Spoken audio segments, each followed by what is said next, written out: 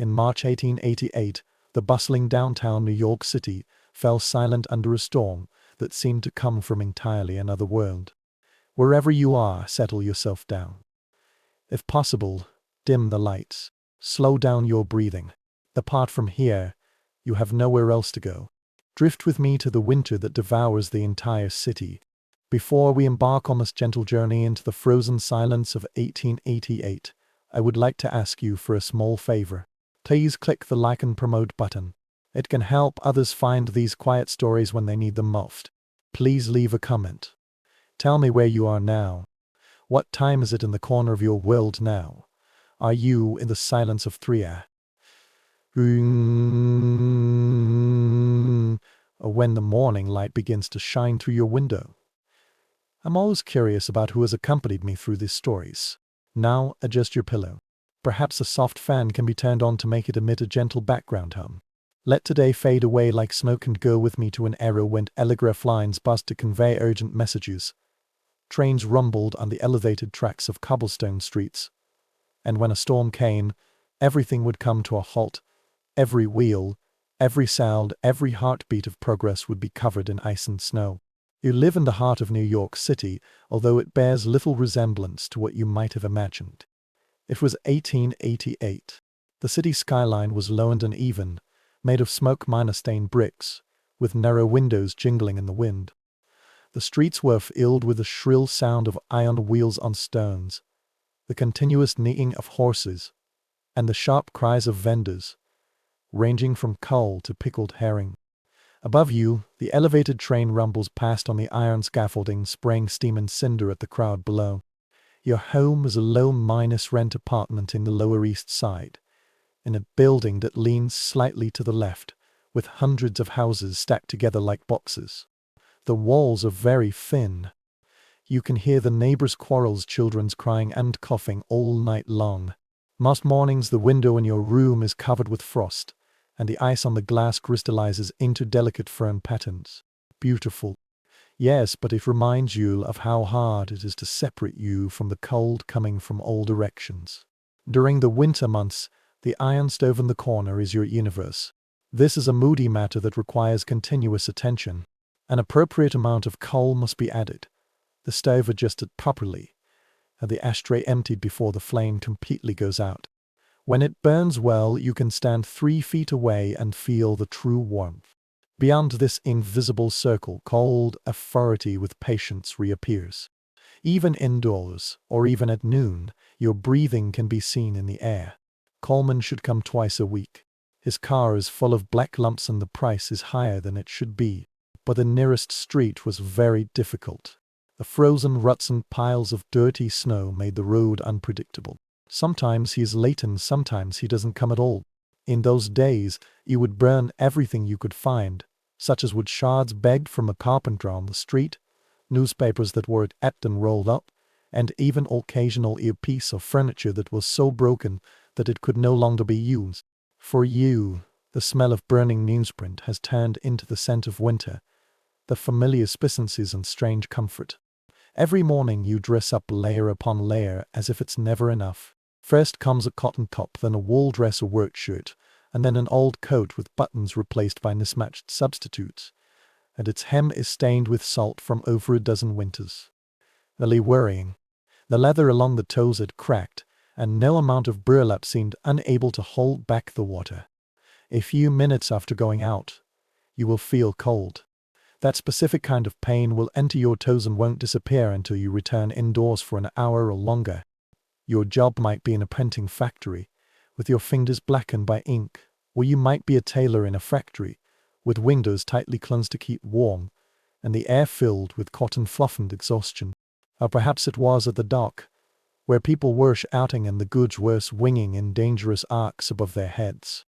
Your job keeps you busy from dawn till dusk. During these few hours, your hands have never truly warmed up. When they were carrying out tasks, due to long milestone practice, their efficiency was low. However, from November to March of the following year, they will feel pain due to a cold in their deep bones, which has become a simple condition for survival. Winter has been very long. It's March now. They do so with almost a desperate hope. This hope stems from the gloomy sky and icy streets of the past few months, from waking up in the darkness and returning home in the darkness, from the ever-minus accumulating weight of coldness, which not only oppresses the spirit but also numbs the body. Where spring comes, it will mean soft air and longer nights, no dangerous ice on the streets, and no possibility of continuous fires. But spring hasn't come yet. You wake up on a morning of March 12th, although you won't remember this day until much later, when it is written in the newspaper and talked about in a quiet voice. It feels a bit different. There is a problem with the quality of light. Too white, too thick. You stood up scraping the frost off the window and gazing at a world that had become strange overnight. Snow, but not the typical gentle snow of a winter morning. The kind that makes everything briefly beautiful, with dust swirling on the streets before horses and carriages turn it into brown mud. This is different. It falls like a bed sheet, like waves, like thick curtains.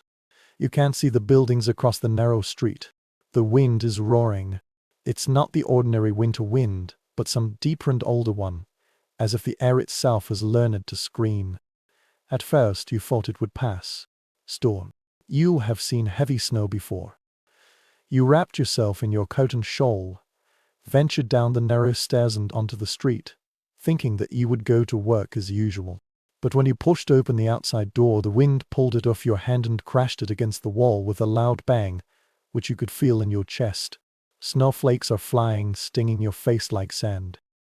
And coldness, the sequence of coldness, is completely different from what you know. It doesn't just make you feel cold. It attacks you, steals your breath, moistens your eyes immediately and freezes your tears on your cheeks. You stepped back into the room, your heart pounding. The others were coming out of the room, wrapped in their own things, pale and blank. Some people say that the elevated train has been out of service.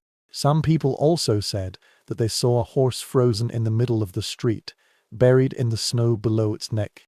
These stories have an unreal edge, accompanied by real disasters. When the normal rules seemed to be put on hold, the day unfolded in a slow, endless motion chaos. The storm did not abate. If there is any difference, it is that it has intensified.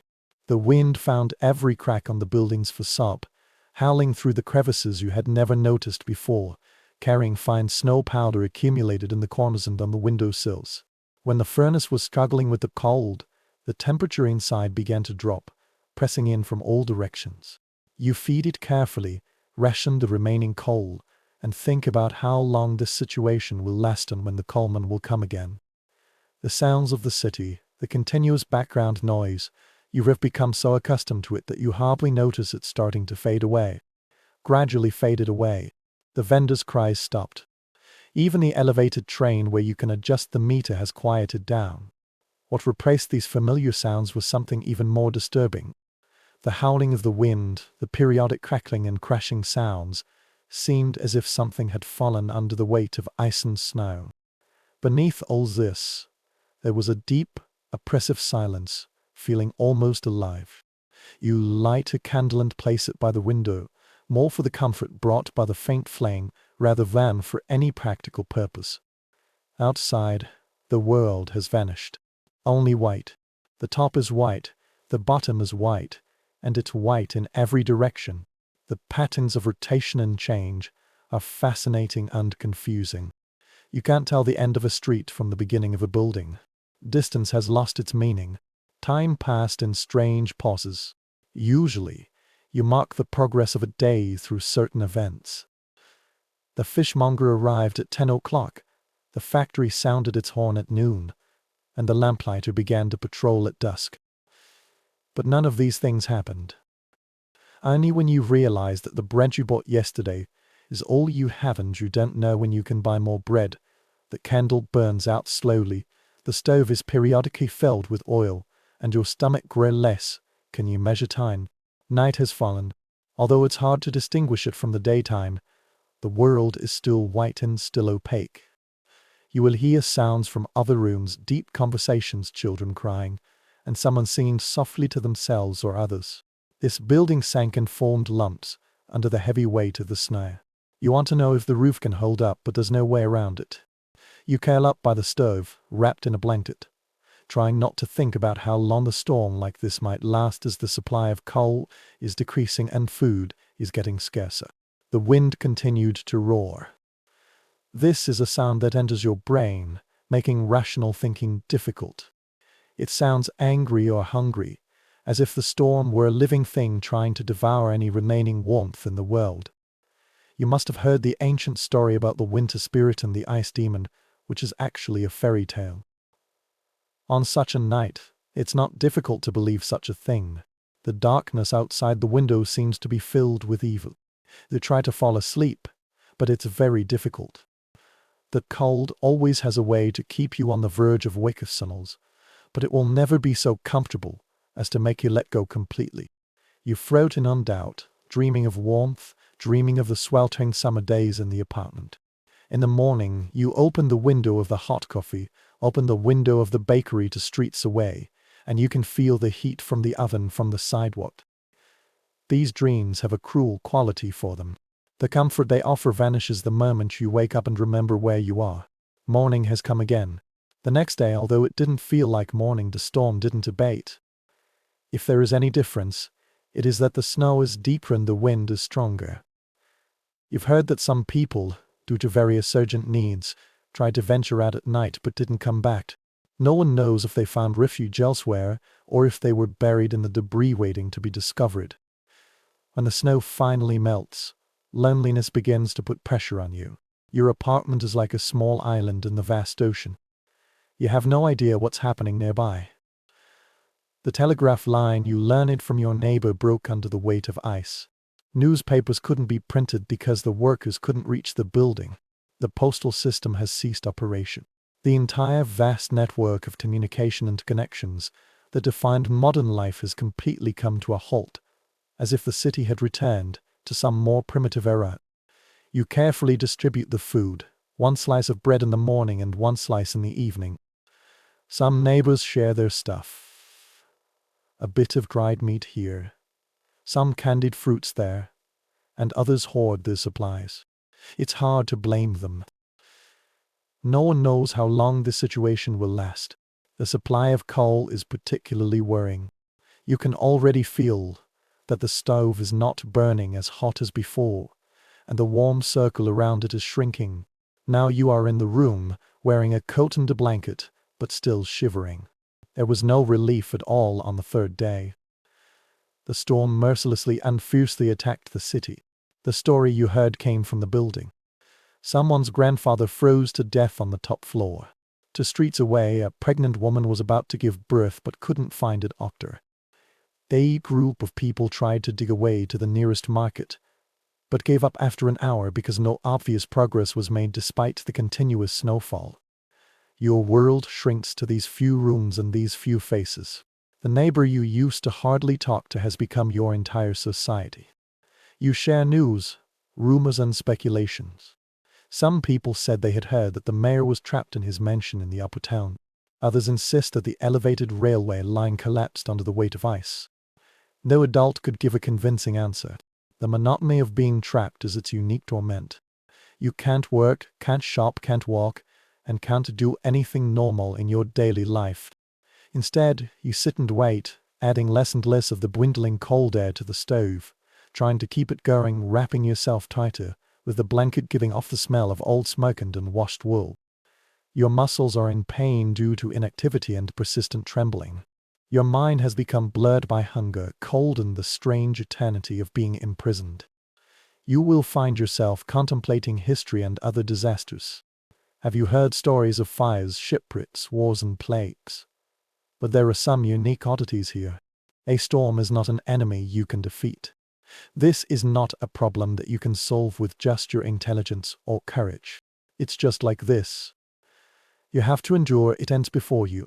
Sometimes you stand by the window, scraping a small circle in the frost, gazing at the rotating white outside.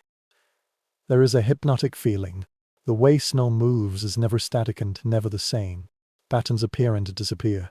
Sometimes you think you'll see shapes in the storm, figures moving, dark figures passing through the white. But when you blink and look again, there's nothing. Just endless snow, winged in the dance of coldness. The storm began to show signs of abating. Although the wind is still fierce, there are also times when it is relatively calm. Although the snow is still falling, it is not as heavy as before. These small changes make people feel significant. The hope that was once carefully suppressed has begun to stir again. Perhaps it's tomorrow, perhaps it's the day after tomorrow. Perhaps this city will soon wake up from its cold slumber. But for now, you still have to keep waiting.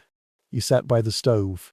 As the coal was almost burned out and the stove had turned to ashes, you pulled the blanket tighter, thinking of keeping warm. It's not despair or an urgent need for warmth, but warmth is a memory and a promise. The warm spring sun shines on your face. The warmth of a full stomach. A sense of security, certainty, and fearless warmth. City has been buried. Somewhere under the snow is the street you have walked on and the building you are familiar with. Your life before the storm comes. Everything is still there, waiting to be discovered, waiting to start anew. But at this moment, it is like a lost civilization from 1,000 years ago, existing only in memory and hope. Your pace of life has become very natural, suffering from hunger and cold. Nothing is more complicated than survival. Nothing is more ambitious than persisting until the next day. In a strange way, it is clear. The usual worries, money, work, reputation, and future plans have all become irrelevant. Only now, only this, only the immediate and urgent need to maintain sufficient warmth, sufficient food, and sufficient life. You want to know what you will remember when all this is over. Will you remember that fear, that hunger, that cold pain deeply rooted in your bones? Or do you still remember anything else? Just like neighbors who have never spoken to each other sharing their last piece of bread, the sound of someone singing in the darkness. The tenacious tenacity of a candle flame that refuses to go out. Night has fallen. And the fourth night, the storm weakens significantly. You can sense from the mass of the wind the way snow falls vertically, rather than horizontally. Perhaps tomorrow or the day after tomorrow, you will be able to open the door. You will step into a changed world where the streets are buried and unrecognizable. You will dig slowly with others, check on your neighbors, and calculate who survived and who didn't. But tonight you are still trapped, still waiting, still suspended in this strange pocket outside of normal time. You close your eyes and listen to the sound of the wind. It now sounds almost exhausted, just like a wild beast running completely drained. You have thought of spring. It surely won't be far away now. It will surely come soon. It will come like a fulfilled promise, bringing you the warmth you have been longing for in the long ice and snow. Now let's leave the crowded apartment and the narrow streets and follow a person through the storm. His name once held a significant position in the supreme authority. His decisions influenced the course of a nation. And his life did not end in the Congressional Hall, but in the white chaos of the March snowstorm. Roscoe Conklin was born into a world full of privilege and expectations. His father was a member of Congress, a judge, a writer, and an influential person. The young Rothker not only inherited wealth, but also a specific manner, a way of walking in the world, as if the world owed him respect. For most of his life, that was indeed the case. After Conklin grew up, his reputation soared. He is over 6 feet tall and has maintained a strong physique through meticulous exercise and training. His hair is elaborately styled curly, which has become his signature. His style of dress was impeccable and almost flamboyant by the standards of the time. The perfectly tailored suit and a series of colorful vests made him recognizable at a glance. That beneath the peacock's appearance lies a sharp mind like winter ice and a will that tends to rule. He entered politics at a very young age and became a member of the New York State Congress at the age of 29. He threw himself into it with the enthusiasm of someone who had found his mission. His forte is not gentle persuasion or diplomatic compromise, but rather a smart and cruel directness. He makes enemies easily and seems to enjoy it. His speech was renowned for its eloquence and cruelty. He can strike his opponent hard with language that makes the audience both gasp for breath and laugh. Once, he gave a crushing blow to James G. Blaine on the floor of the House of Representatives. His brutal response to what some regarded as contempt was not remembered until decades later. He called Brian's words turkey talk, ridiculed his boastful talk, and insinuated that his opponent's ambition far exceeded his ability. This insult sparked a lifelong grudge, a personal hatred that transcends mere political differences. But Conklin is not merely a genius insult. He understands the purest form of power, how to apply it, how to make people submit to his will, not through inspiration, but through fear and fondness. In 1867, when he became a senator of New York State, he set about establishing the political machine that made him one of the most powerful people in the United States. His approach was the spoils system, an ancient and much criticized practice of rewarding political loyalty with government positions. Conklin perfected this. He turned the New York customs into his own private fief, controlled thousands of appointments, generated loyalty through sponsorship, and established a network of people who made a living by his kindness. The president negotiated with him. The cabinet members obeyed him.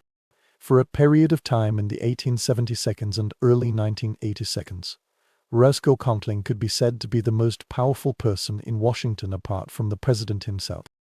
Even this is controversial. During the controversial election in 1876, he had the greatest influence. At that time, he helped resolve a complex and dangerous political crisis that could potentially split the country again, just 11 years after the end of the Civil War. He is a man who enthroned a king, a force that cannot be ignored, and someone that all other men must be on guard against. But this kind of power is always unstable and always relies on maintaining complex relationship networks and support. However, Conklin, despite his brilliant talent, had a fatal flaw. He can't bend over. He can't compromise. He cannot forgive others' contempt for him, cannot cooperate with the enemy, nor can he carry out the necessary humiliation sometimes required for political survival. In 1881, the new president, James Garfield, defied his orders in the appointment of the New York Customs, which led to his resignation. This was supposed to be a minor dispute, with politicians resolving it through some behind minus.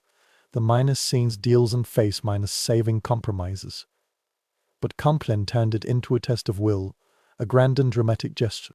He resigned from the Senate in protest, hoping to be re-Inus elected in the New York legislative election to prove his power. The defense has never emerged. The legislative body, tired of his high-minus pressure tactics, saw an opportunity to break away from his rule and refused to re-minus elect him. After several months of arduous fighting, Conklin was forced to accept defeat. At the age of 51, at the peak of his power, his political career did not end with a loud bang but with the SOB, rejected by the country he had long controlled. He withdrew from his private life and returned to New York City to work as a lawyer. Materially speaking, this is a comfortable retirement life. He made a lot of money from the law firm, maintained an elegant lifestyle and was active in the upper class of New York. But something about him vanished. The flame that drove him through decades of political struggle has died out. He is still Roscoe Conklin, still recognized and respected. But he is no longer the man of yesterday, a figure of the past that has rapidly receded. By March 1888, that is, 7 years after he resigned, he had become accustomed to his daily life. He has an office in the financial district near Wall Street, providing legal and political advice to corporate clients. He lives in a comfortable apartment in Shangcheng district. Every day he walks between the two, maintaining the physical discipline that has always been part of his self-image. At 58, he still exudes an imposing presence. Although his command has narrowed to a controllable corner of Manhattan, he still maintains that straight posture and that sense of command. On March 12, he was in the office when it began to snow. At first, this only caused inconvenience to people. Such late-season storms sometimes swept through the northeast, bringing about a foot of snow before moving forward. His colleagues suggested that he stay and wait until the matter was over, or spend the night at a nearby hotel, but Conklin rejected the idea. He will walk home, as usual. Shaozu won't change his daily life. By around 3 o'clock in the afternoon, when he finally went out, The storm had completely changed. Rather than falling, the snow was dancing horizontally. The strong wind howled through the narrow streets, just like water flowing through a canyon. The temperature has dropped sharply. A few people still outside were moving like ghosts, bending over against the wind. Their progress was measured in feet rather than blocks. Conklin pulled his coat tighter. It was a well-made wool coat, but it was designed for normal winter weather, not for this kind of weather. He began to walk north. He was very familiar with these streets and had walked through them thousands of times. But after a few minutes, they became unrecognizable. The snow was already several feet deep, and in some places it was even higher. Every step was very difficult for him. His feet were stinking and he was struggling to stand firm. The wind was blowing back and forth on him, searching every crevice of his clothes, stealing his breath and making it very difficult for him to see clearly a few feet ahead. He continued walking forward. To some extent, it is precisely this quality that makes him an inspiring politician, an absolute refusal to yield, an iron will that does not yield to the environment. He has defeated presidents and party leaders, thugs and opponents. He won't be defeated by the weather. But this storm is not a political opponent. It doesn't care about his reputation, his will or his dignity. With every step he took, this feeling oppressed him even more intensely. The others gave up and hid at the door in the store any shelter they could find. The street was almost empty. Those few who had seen Conklin later described him as a dark figure moving in the white. His distinctive hair sticking to his skull, his face sometimes reddened, sometimes white from the cold, but his posture remained straight.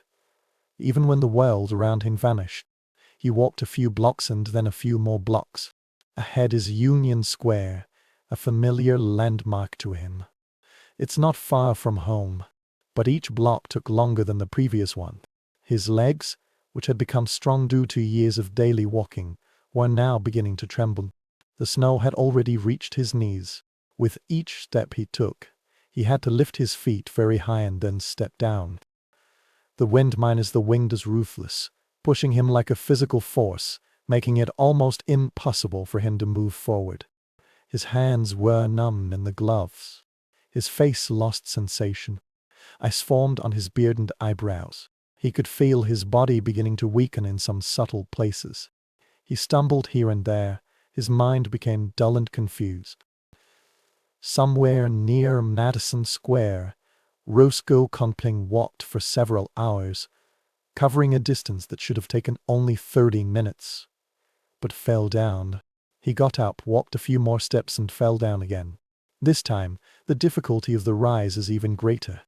His limbs didn't listen to him very well. The cold had seeped into my bones and my limbs were all frozen stiff. The body desperately tries to preserve the core. I passer-by found him there. This once powerful man lay in the snowdrift, half awake, his lips bluish and his breathing rapid. They dragged him into a building and wrapped him up with whatever they could find, trying to warm him up. He told them his name very clearly and gave them his address. His mind, that sharp tool that pierced through so many political entanglements, was still at work, but his body betrayed him. After the storm passed, they finally sent him home because traveling was almost impossible. The doctor was called in. The diagnosis was not optimistic, especially on hands and feet. The organization has frozen and begun to die. There is no other way but to wait and see how large the extent of the damage is. Conklin lay in his apartment, and under the care of his doctor and friends, his frostbite gradually healed. When the feeling returned, the pain was clearly unbearable. The affected area turned black due to tissue necrosis. Gangrene infected that ancient colorant began to spread, but he was already very weak. His heart was tense from this torment, and the surgery might kill him like an infection. He procrastinated for several weeks, and his health grew weaker day by day. Newspapers were all but infatuated with his decline. Roscoe Conklin was not defeated by his political rivals but by a snowstorm. He was on the verge of death in his apartment in the upper town, while the city outside the window was burning and returning to its normal rhythm.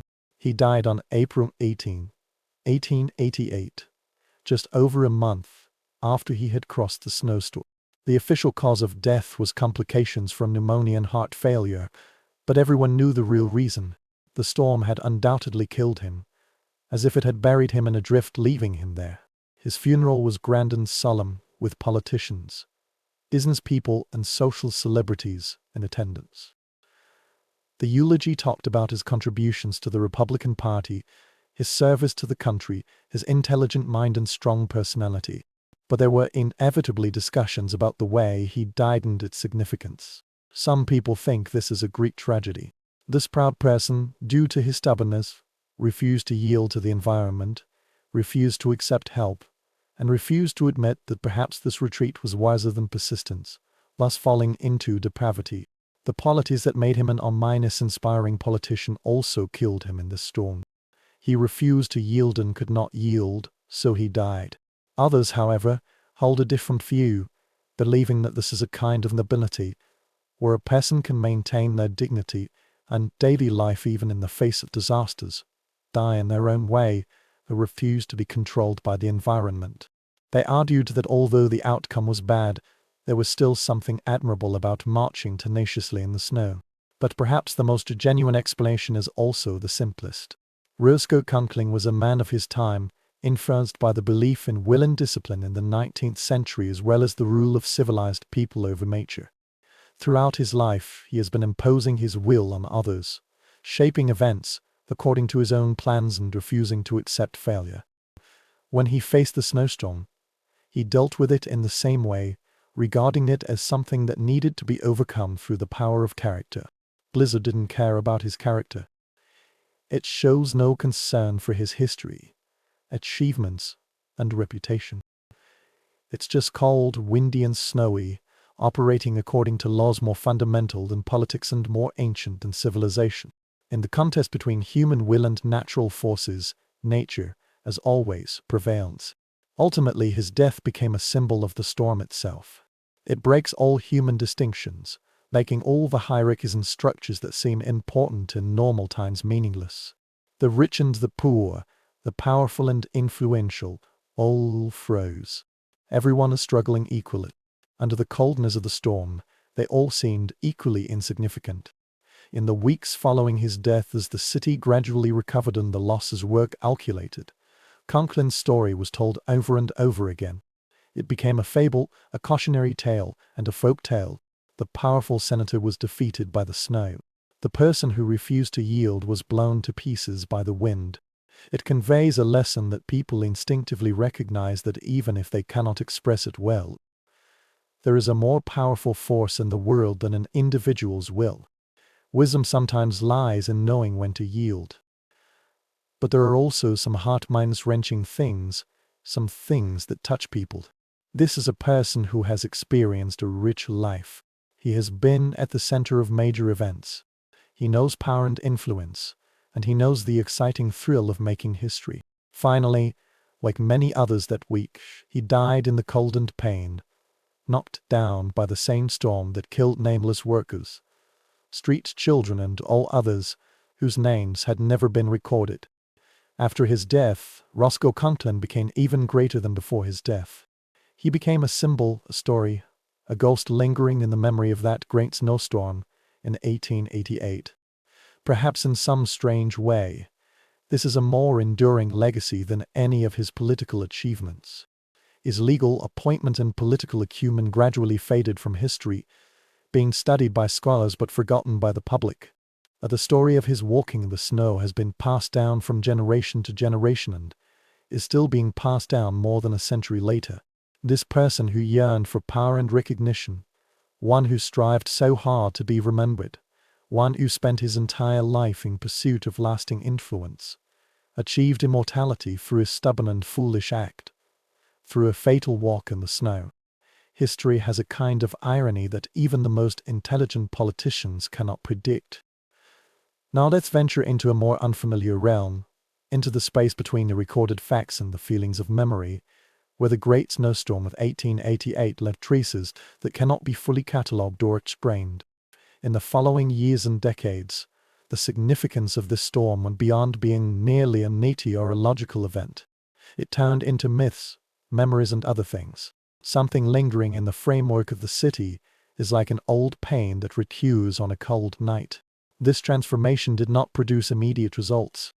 At first, in the weeks and months after the snow finally melted, people talked about the storm in practical language. They discussed property losses, business disruptions, and the heroic efforts of those who kept basic services running. They calculated the lost dollars and lives, formulated a recovery plan, and began the reconstruction work. But beneath this practical discourse, something else is happening. This is a slower and more subtle process through which the storm is absorbed by the city's consciousness in a way that surpasses historical records. Some letters were discovered years later in attics and real estate auctions.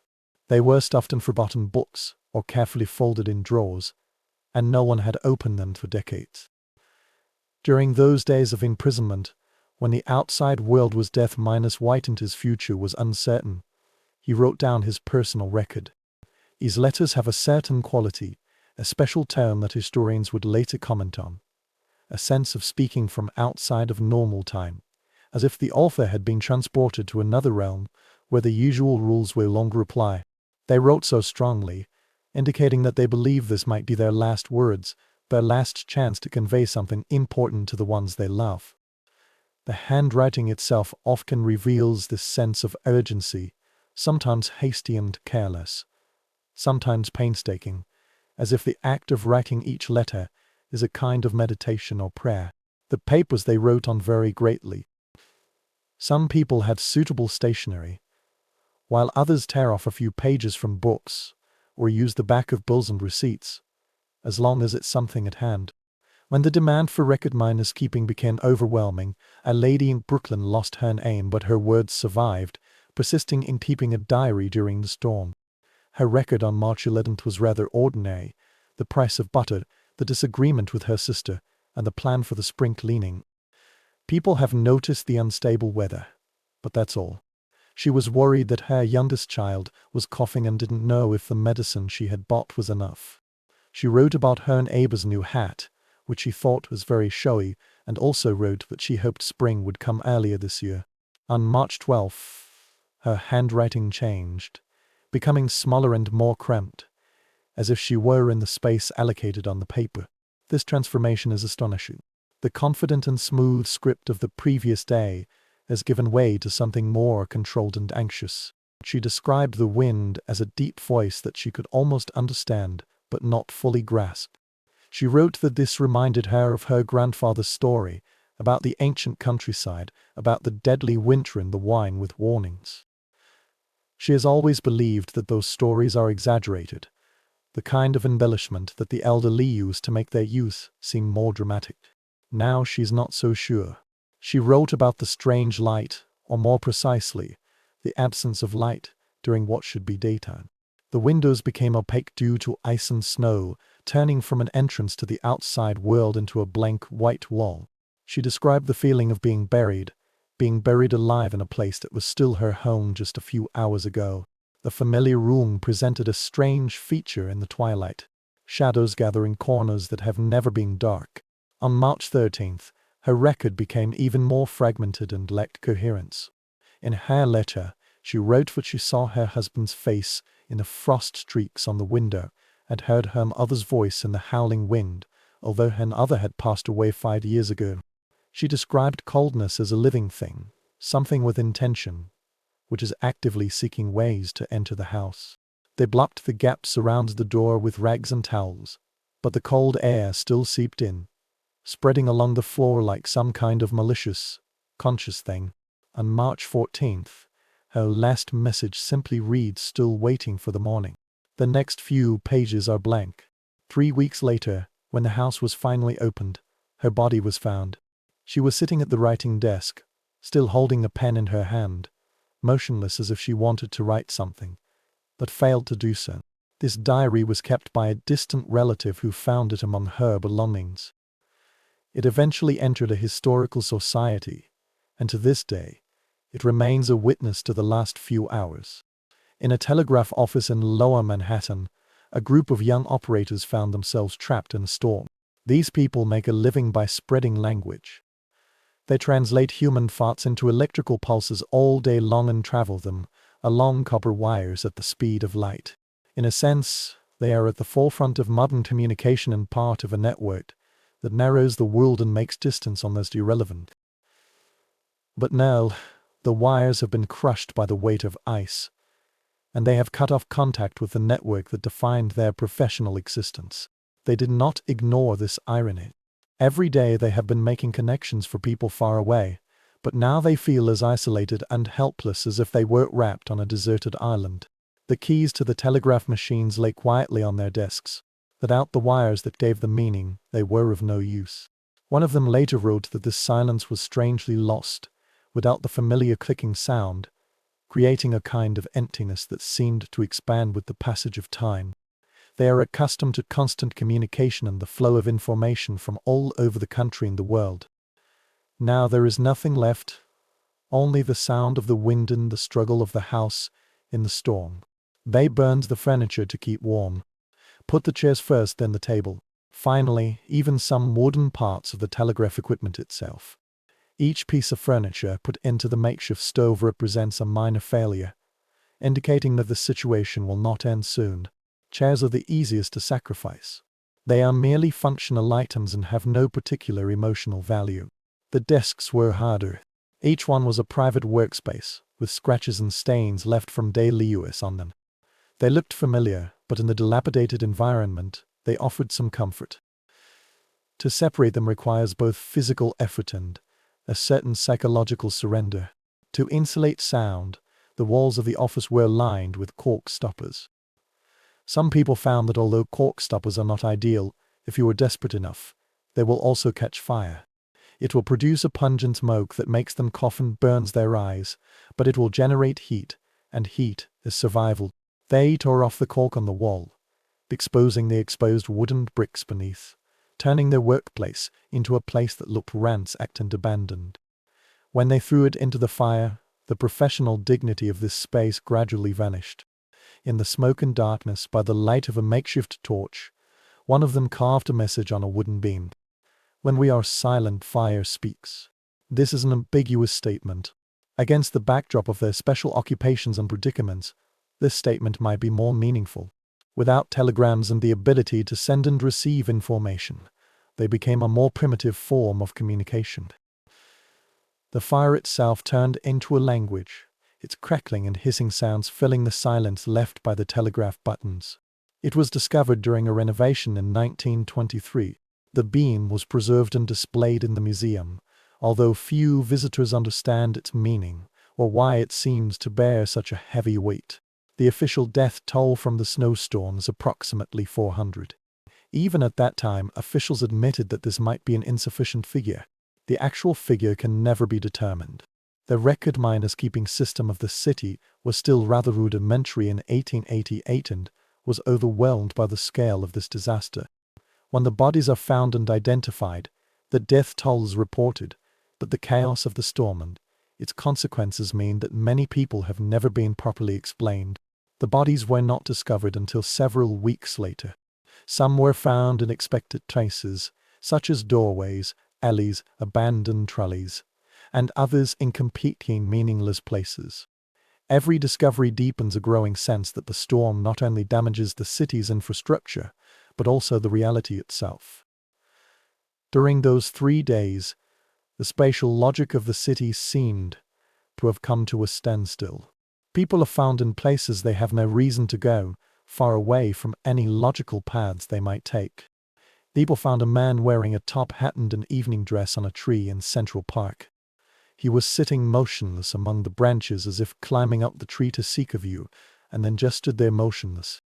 His body posture indicated that he was calm rather than panicked. He deliberately chose to rise, not by the accident of the storm. He crossed his hands on his knees, turned his face east and closed his eyes. No identification was found on him. Despite the investigation, no one came forward to claim him. He was buried in an unmarked grave and was one of dozens of people whose identities had never been determined in the storm. A child was found in the basement of the church, hidden behind a boiler and wrapped in an altar cloth. More than a week after the storm, the church steward, driven by an instinct he couldn't explain, inspected a place that should have been empty and discovered this phenomenon. This child can't be over 6 or 7 years old, although it's hard to say for sure. The robe that wrapped her was of the highest quality, embroidered with gold thread, and specially for the daily use of the holy. How she got these things and why she chose or was placed in that specific place remain unsolved mysteries. But apart from the found bodies, there are also missing people. The person who last appeared in the storm but never showed up again. These disappearances may be more disturbing than confirmed deaths, leaving families in a state of constant uncertainty and unable to grieve appropriately, as they cannot be sure whether their loved ones have truly left. Wives go to look for their husbands. Children go out on business but never come back. Workers leave their posts and try to go home, and then disappear somewhere in between. In that era, the city was not equipped with an identity recognition system, more a record minus keeping system, making it impossible to track such disappearances. There is no universal ID card, no centralized resident database, and no systematic method to track people in the urban landscape. People exist in the personal identification network known to their neighbors and family members, but not in any larger system. When these people disappeared into the snow, they left a gap that could be felt, but was not officially recorded. In immigrant settlements, language barriers and doubts about authority make official statistics even more unreliable. The number of missing persons is quietly mentioned but never confirmed.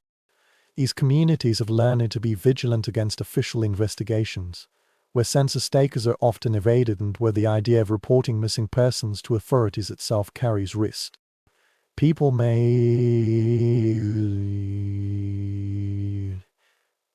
may enter this country illegally, or use pseudonyms, or try to evade the obligations or enemies of the old country. The chaos brought by the storm provided cover for various forms of disappearances, including both voluntary and involuntary ones. Some people said that the entire family froze to death in their low-rent housing, and their bodies were not discovered until summer, when the smell finally caught people's attention. The apartments of that era were crowded fire traps. Even at the best of times, during storms, due to insufficient heating and poor ventilation, when coal supplies run out and temperatures drop sharply, they become death traps. Some buildings have very poor structures. When the wind blows through every crack and crevices, it is almost impossible to keep them warm at all. The structure of poverty itself causes the death toll in ways that people understand, but are rarely acknowledged in official reports. Others, however, insist that some of the missing individuals merely took advantage of the storm to disappear, shedding their old identities and obligations, vanishing into the chaos and reappearing elsewhere under new identities. This is not a completely untenable theory. The storm caused a moment of severe chaos. Normal social surveillance collapsed, and people could move around freely without being detected. A person can walk into a snowstorm. If he survives, he can disguise himself as anyone and go somewhere else. The storm erased both the literal and metaphorical traces. In a city where many people are trying to escape debts, family problems, legal issues and unhappy marriages, this offers a unique opportunity. This storm itself became a fascinating subject in science, although meteorology at that time could not fully explain it. The weather forecasting capacity in the 1880 seconds was at best rudimentary, relying on scattered observation points or limited understanding of atmospheric dynamics. Barometers and thermometers can measure local conditions, but people still know very little about the larger patterns that control weather systems. The telegraph network enabled people to quickly share distant observations and allowed meteorologists to track the development of storms. However, the interpretation of these data is more of an art than a science. The United States Signal Service, which was in charge of weather forecasting at that time, failed to predict the severity of the snowstorm. They noticed that a low-minus pressure system was forming, but they did not anticipate how it would interact with other atmospheric conditions to create the monster that would eventually attack the Earth. In their defense, this storm was an anomaly, a convergence of various factors. Such a situation rarely occurs, and thus there is almost no precedent to guide the prediction. But this failure caused harm to both his career and personal life. Forecasters have to accept the recognition that better warnings might save lives. Afterwards, Meteorologists studied a large amount of data, attempting to understand what had happened. The reconstructed weather map shows the positions of air masses and pressure systems a few days before the storm. The readings of temperature and wind in the eastern coastal areas were collected and analyzed. Patterns began to emerge, revealing the complex interactions among the systems that generate blizzards. What they discovered was that the collision of the two air masses balanced their opposition so perfectly that it caused a meteorological war, with the eastern coast as the battlefield. The cold Arctic air moves southward and meets the warm Gulf air that moves northward. Where they met, the temperature gradient was extremely steep, generating an exceptionally fierce wind. The boundaries between these air masses become a strongly unstable area, where the atmosphere is torn apart by two opposite forces.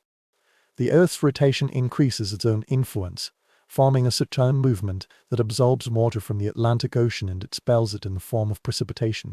The moisture from the Atlantic Ocean was blown away in this conflict, forming snow. This is not the gentle accumulation of an ordinary snowstorm, but more like an ice crystal waterfall, accumulating at a rate of several inches per hour for several consecutive days. But for some reason, the dry scientific explanation failed to capture people's memory of this storm. In this experience, there was something beyond meteorology that felt almost intentional. Numbers and charts could describe what happened, but they cannot describe the feelings of that time, cannot describe the inner fear, nor can they describe the strange changes in perception that many people have reported. Science can tell you that the temperature has dropped to a certain extent and the wind has reached a certain speed, but it cannot convey the experience of feeling the body stop functioning. The mind becomes sluggish and the consciousness narrow in the cold and strong wind, only having an urgent need for warmth. The wind doesn't just blow, it also searches everywhere, looking for every crack and crevice. This is the description given by the survivors time and again, and the language they use implies institutions and intelligence. The wind discovered the weakness of the building, exploited the gaps in the clothes, and targeted the exposed skin on the face and hands, feeling as if it were deliberately cruel. It constantly changes direction, making it impossible for you to effectively protect yourself. Turn around and it will come at you from another angle. It is ruthless, tireless, never pauses and never offers a moment of rest. The snow didn't just fall. It built high walls and carved out floating objects with architectural texture, as if they were shaped by some kind of extraterrestrial intelligence. The patterns followed by these drifts seemed to go against simple physics. They formed curves and overhangs, creating structures that seemed almost deliberately designed. Some snowdrifts are very hardened, you can walk through them, while others will swallow you up to your waist if you try to get through them. The boundaries between these different types of snow are usually invisible, which makes every step a gamble. The scenery became completely unfamiliar. The streets have turned into canyons, and familiar landmarks have been buried or disguised beyond recognition. Those who have experienced this storm say that it has a certain existence, a certain personality, and even a certain purpose. This kind of language makes some people feel uncomfortable and implies superstition or irrationality. But those who were there understood what he said. This is not to say that they truly believe that storms are conscious, but rather that their experience of storms has a quality that normal weather lacks. It has a strong feeling, a feeling of being in front of something huge, cold and unstoppable, which transforms it from a natural phenomenon into something more like an encounter. This feeling that a storm is more than just weather has always existed in the folktales that form around it. Stories are passed down and evolve, from one person to another, with everyone telling them, adding new elements or emphasizing different aspects. This storm turned into a blank canvas, on which people projected their fears and interpretations. A screen displayed the collective anxiety of the city. Ghost stories inevitably began to spread. In a disaster of this scale, death comes suddenly and is often isolated, so it is quite natural for haunted stories to emerge.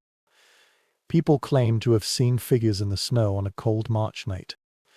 These figures moved against the wind without leaving any footprints and vanished as soon as they approached. The different descriptions are very consistent. These figures are usually seen from a distance. They have the same shape as humans, but the details are always not very clear. They moved slowly, as if struggling against invisible resistance from the observer. When people approach, they will disappear, not suddenly but gradually become less obvious until the observer can no longer be sure what they have seen. Some people say that these are the souls of those who died in the snowstorm, wandering along the streets they were trying to navigate in the last few hours. This explanation endows things that might otherwise be regarded as a play of light and shadow with shape and meaning. This indicates that the deceased left behind something of their own, and their final desperate struggle, in some way, left its mark on the structure of the city itself. Among these stories, March 12th marks the anniversary of the Great Storm.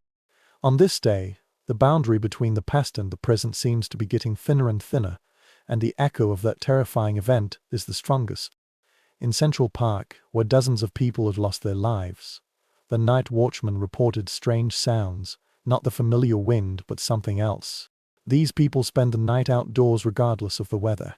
They are familiar with the acoustic characteristics and various moods of the park. They know the difference between the wind and falling branches, and between the sounds of animals and the noise of the city. They reported that what they heard were not these familiar sounds. Perhaps it's a sound or something like a cry for help. When there is no snow on the ground, the feeling of being watched in the darkness among the woods is another common experience. This is an indescribable feeling.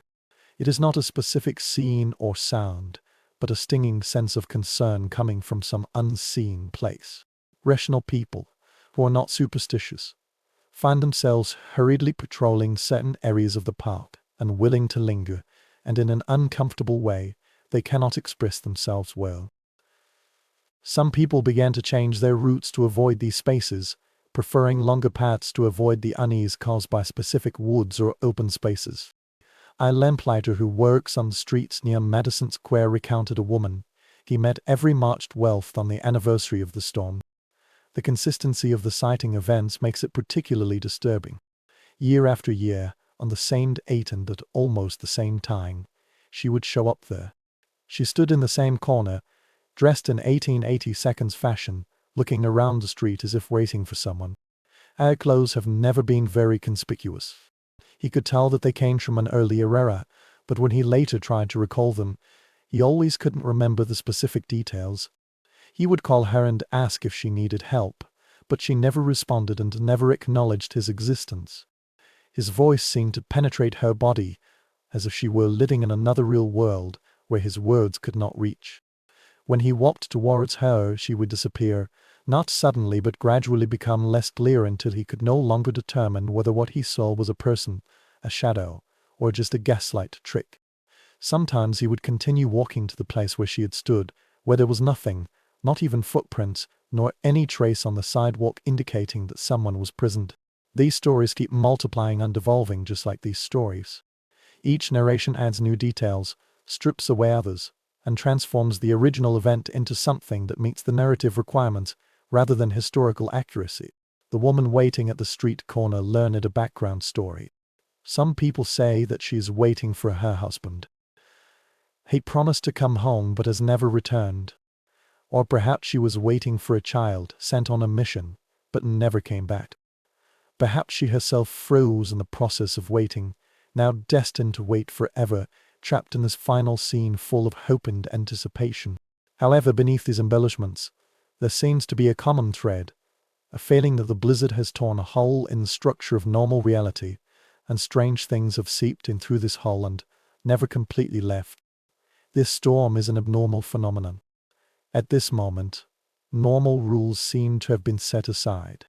After the storm, the boundary between possibility and impossibility becomes clearer. This is not a belief that people explicitly express, but it influences the way they talk about storms and their lingering effects. During these 3 days, something fundamental changed and never fully recovered. The physical evidence of the storm gradually vanished. The snow has melted. Of course, first on the streets, salt and traffic have damaged it, and then more slowly in parks and protected spaces. A large amount of snow accumulation may last for weeks. These drifting objects collapsed. Their architectural forms melted into mud and then turned into water. The streets have been cleaned up. This was a huge task that involved thousands of workers and hundreds of large vehicles. The mountain of snow was dragged into the river and dumped, forming a strange temporary Iceland, which slowly dissolved in the water flow. But the psychological impact still exists. The snowstorm revealed something that the Gilded Age had been striving to conceal. Although people have been talking about progress and civilization, as well as human control over nature, humanity remains fragile, a problem that no technological advancement can completely solve. This is a disturbing fact because the society has invested a great deal of money in the narrative of progress, believing that each generation will be safer, more comfortable and further away from the harsh reality of the natural world than the previous one. The storm stripped away that illusion of comfort. It shows that although the city has impressive infrastructure and advanced technology, fundamentally, it is still vulnerable. The systems that people rely on, such as telegraphs, trains, roads, heating, and food distribution, may all suffer catastrophic failures simultaneously. When these systems fail, people are thrown back to more primitive resources, relying on physical endurance and luck, as well as the kindness of strangers. This revelation is thought-provoking and even painful, challenging the fundamental assumptions about what modernity means and what it can guarantee. Of course, this storm has brought about changes. Disasters often force society to address vulnerabilities that were previously ignored or underestimated. For instance, the root cause of the decision to move public utilities underground lies in the unimaginable chaos caused by underground telegrams and wires on the streets. This storm has demonstrated that no matter how convenient and costly overhead power lines are, they are highly vulnerable to ice and wind. The streets made impassable by fallen power lines have become a strong argument for the cost and difficulty of burying public facilities. Promoting data weather forecasting has gained new urgency and funding. The Signal Service's failure to predict the severity of the storm has drawn widespread attention and criticism. In response, the government invested in building more observation stations, better training forecasters and conducting research on atmospheric science. The purpose of doing this is to ensure that such storms do not come again without warning. Although perfect predictions remain elusive to this day, these improvements are significant and have gradually reduced the danger that the weather poses to unprepared people. The building code has been adjusted to take into account extreme snow loads. Engineers studied buildings that collapsed or were severely damaged in the storm, looking for common factors and weaknesses. People have set standards for roof strength. The angle of the roof allows snow to slide down, and the structural integrity not only needs to bear the weight of the snow but also the additional pressure of strong winds. These changes were implemented gradually, as new buildings followed new regulations and old ones were slowly renovated or replaced. It has been proven that elevated trains are highly vulnerable to storms, and thus were eventually replenished and replaced by underground subway lines, which are not affected by the weather. The scenes of elevated trains being frozen in place and stranded on streets that were impossible to exist in the first place provided a strong reason for underground transportation. The construction of the subway system is a huge project, taking several years and costing an astonishing amount of money. But this snowstorm clearly proved why it was necessary. Why does this city need a transportation system that can operate normally no matter what happens on the ground? Strangely enough, modern New York, the New York of subways and underground facilities, the New York of raised building standards and emergency preparedness, to a certain extent, was born from the trauma of those 3 days in March. Every time you get off the subway station and every time electricity is reliably transmitted through underground cables, you are touching the legacy of the blizzard and feeling the echoes of the decisions made to deal with this disaster. The infrastructure of contemporary cities carries the memory of that storm, although most people who use it every day are not aware of this connection. But there are other legacies that are less tangible but equally real. This snowstorm entered the collective memory of this city in a rare way. It has become a ruler, a reference point. In the decades that followed, the older generation would compare every snowstorm to 1988, and each one would be found to have its shortcomings. This is nothing like a snowstorm. they would say. There is a sense of pride in this comparison. They experience things that the new generation could hardly imagine. This sense of pride is complex, interwoven with other indescribable emotions. Survivors feel guilty, especially those who have lost friends or family. They know that their survival is often a matter of luck, rather than any special virtue or preparation. There is a feeling of having witnessed something that cannot be fully conveyed to those who have never been there, feeling frustrated by the gap between experience and description. However, behind all this lies a satisfaction of patience, a satisfaction of having endured a truly terrifying test and survived it. These stories are passed down from parents to children and become family laws. Your great-grandfather was trapped in the store for 3 days in the snowstorm. Your great-grandmother was born in a storm. She was born by candlelight. There was no doctor because no one could come to her home. The purpose of these stories is not merely to record history.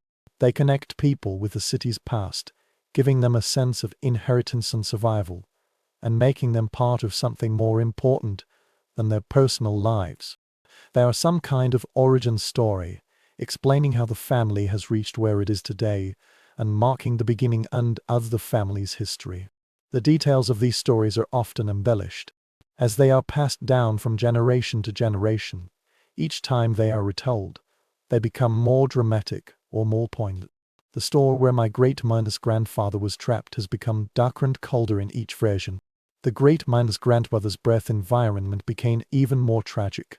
The absence of doctors even more tragic, and improvisation needed more heroes. To be precise, this kind of embellishment is not dishonesty, but a natural process by which the story adapts to the needs of the narrator and the listener. Even if the specific details gradually fade away, the emotional truth of some extraordinary things that people have suffered and endured remains unchanged. The artists found inspiration in the storm. The city in the painting is buried in white, with only the tops of the buildings visible, just like islands in a frozen ocean. These works capture some important experiences. A familiar world transforms into a strange and hostile feeling. The verticality of a city is usually a symbol of human ambition and achievement, but now it has become a criterion for measuring the depth of human life buried by snow. The buildings that usually dominated the skyline were half swallowed up by the snow, and their pride was weakened by the force of the storm. Writers use it as the backdrop of their stories, usually about survival and human endurance, although sometimes they also tell darker ones, such as what people might do when the thing-coat of civilization is stripped away by extreme conditions. The storm provides a natural crucible for exploring human nature under pressure. Will people help each other, or become selfish and cruel?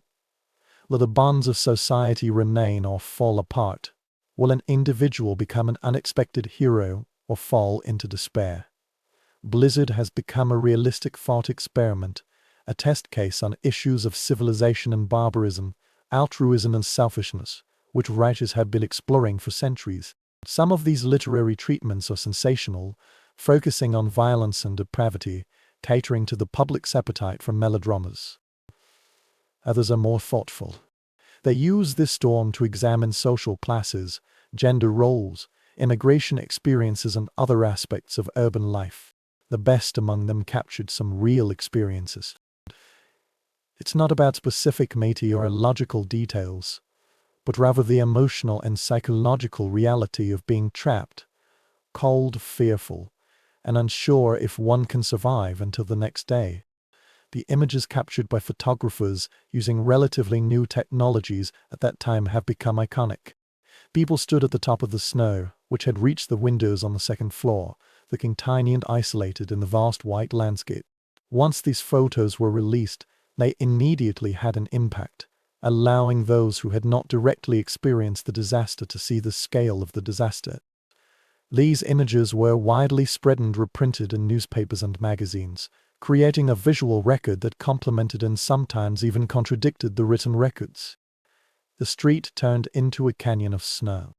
The elevated railway tracks were covered with icicles, just like a frozen cathedral. These photos were widely circulated, became postcards, and were reprinted in magazines and newspapers across the country and even around the world.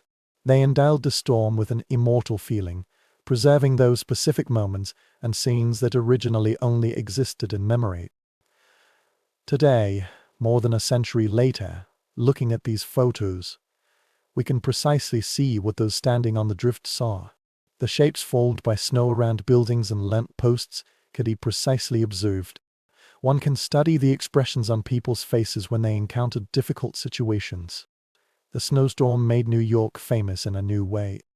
It has always been renowned as the largest city in the United States, a financial capital and a gateway to immigration. These are all standard descriptions that repeatedly appear in travel guides and newspaper articles, emphasizing the importance and central position of this city in American life.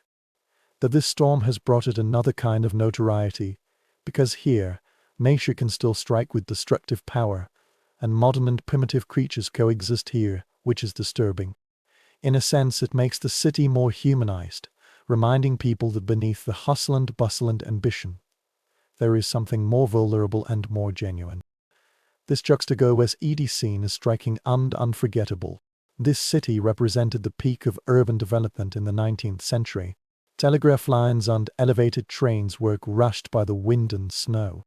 The same force that threatened prehistoric humans still poses a threat to modern urban residents. All the knowledge and technology accumulated by civilizations cannot prevent people from freezing to death just a few feet away from home. This perception resonated outside New York and became part of Americans' views on cities, nature, and the limits of progress. Over the following decades, as people's memory of the storm gradually faded from their lives and became history, it underwent a subtle transformation. The generation that experienced it in person began to age and die, taking away the direct instinctive memory of it. Their children had heard these stories, but they themselves did not feel cold, nor did they experience the particularly terrifying feeling of being trapped in the howling wind outside. With the migration of each generation, the storm has become less real, more abstract, and easier to be mythologized. It has almost become a myth, the origin story of modern New York. The city that emerged after the snowstorm was different from the ones that existed before. It was more resilient, better prepared, and more aware of its own vulnerability. The clarity and progress of this narrative are satisfactory, as it implies that suffering is purposeful and can bring about change. This storm turned into a test of ice, and the city barely passed and withstood the test. Like all excellent myths, it amplifies the complex reality into a story that is easy to tell and understand, and offers lessons and meaning. But for those who have experienced it, they have felt the bone-minus chilling cold. They know that being trapped in the cold wind is a particularly terrifying thing, and they have never turned it into a myth. It remains a genuine truth from the heart, a memory written into the body itself. They carry it with them for the rest of their lives. The weariness of the March weather, the tendency to over-prepare for winter, and a profound and lasting respect for the power of snow and wind. These are not abstract fears but reactions that arise from direct experience, taught in the most fundamental ways that the world can become fatal without warning. Some of them, when they reach old age, will wake up from dreams, dreaming that they are back in a storm, dreaming that they are struggling on an endless street, dreaming that they are seeking a warmth that does not exist at all. These dreams recur in astonishing consistency, sometimes due to cold weather, sometimes due to stress, and sometimes because nothing can be seen. The contents vary, but the emotions remain the same: the sense of oppression from being overwhelmed, the despair of seeking refuge, the numb coldness that starts from the limbs and spreads all the way to the heart.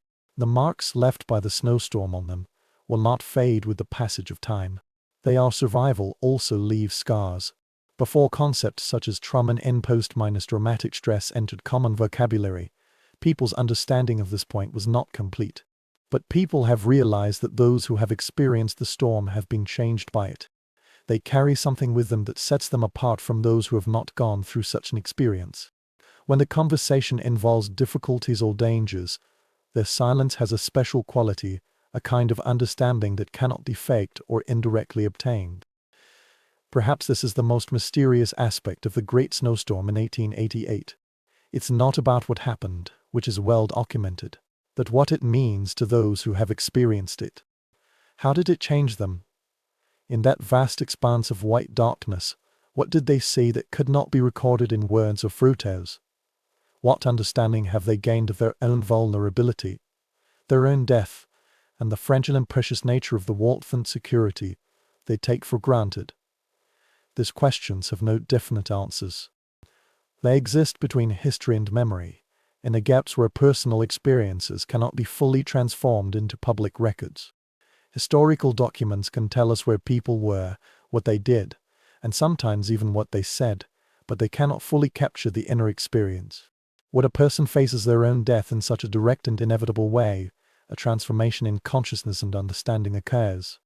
But they still linger like the cold itself, just as some people claim that on March nights, when the wind blows from the northeast and there is a smell of snow in the air, they will see those ghostly figures.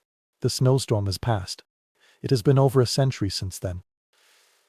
Who had such an experience died long ago. Even those who experienced it in their childhood might still remember that confinement, the fear on their parents' faces, and the strangely changing atmosphere during those days. But now it's all over. The vivid memories of that storm have vanished completely. It now only exists in documents and photos, in the infrastructure built to deal with it, and in the stories passed down from generation to generation, until they become almost abstract and disconnected from any direct reality. But to some extent, in the collective memory of this city, in the stories people are still telling, and in the infrastructure built to deal with it, the storm continues. It is part of the city's DNA and has now been integrated into its identity, becoming a permanent feature of its historical landscape.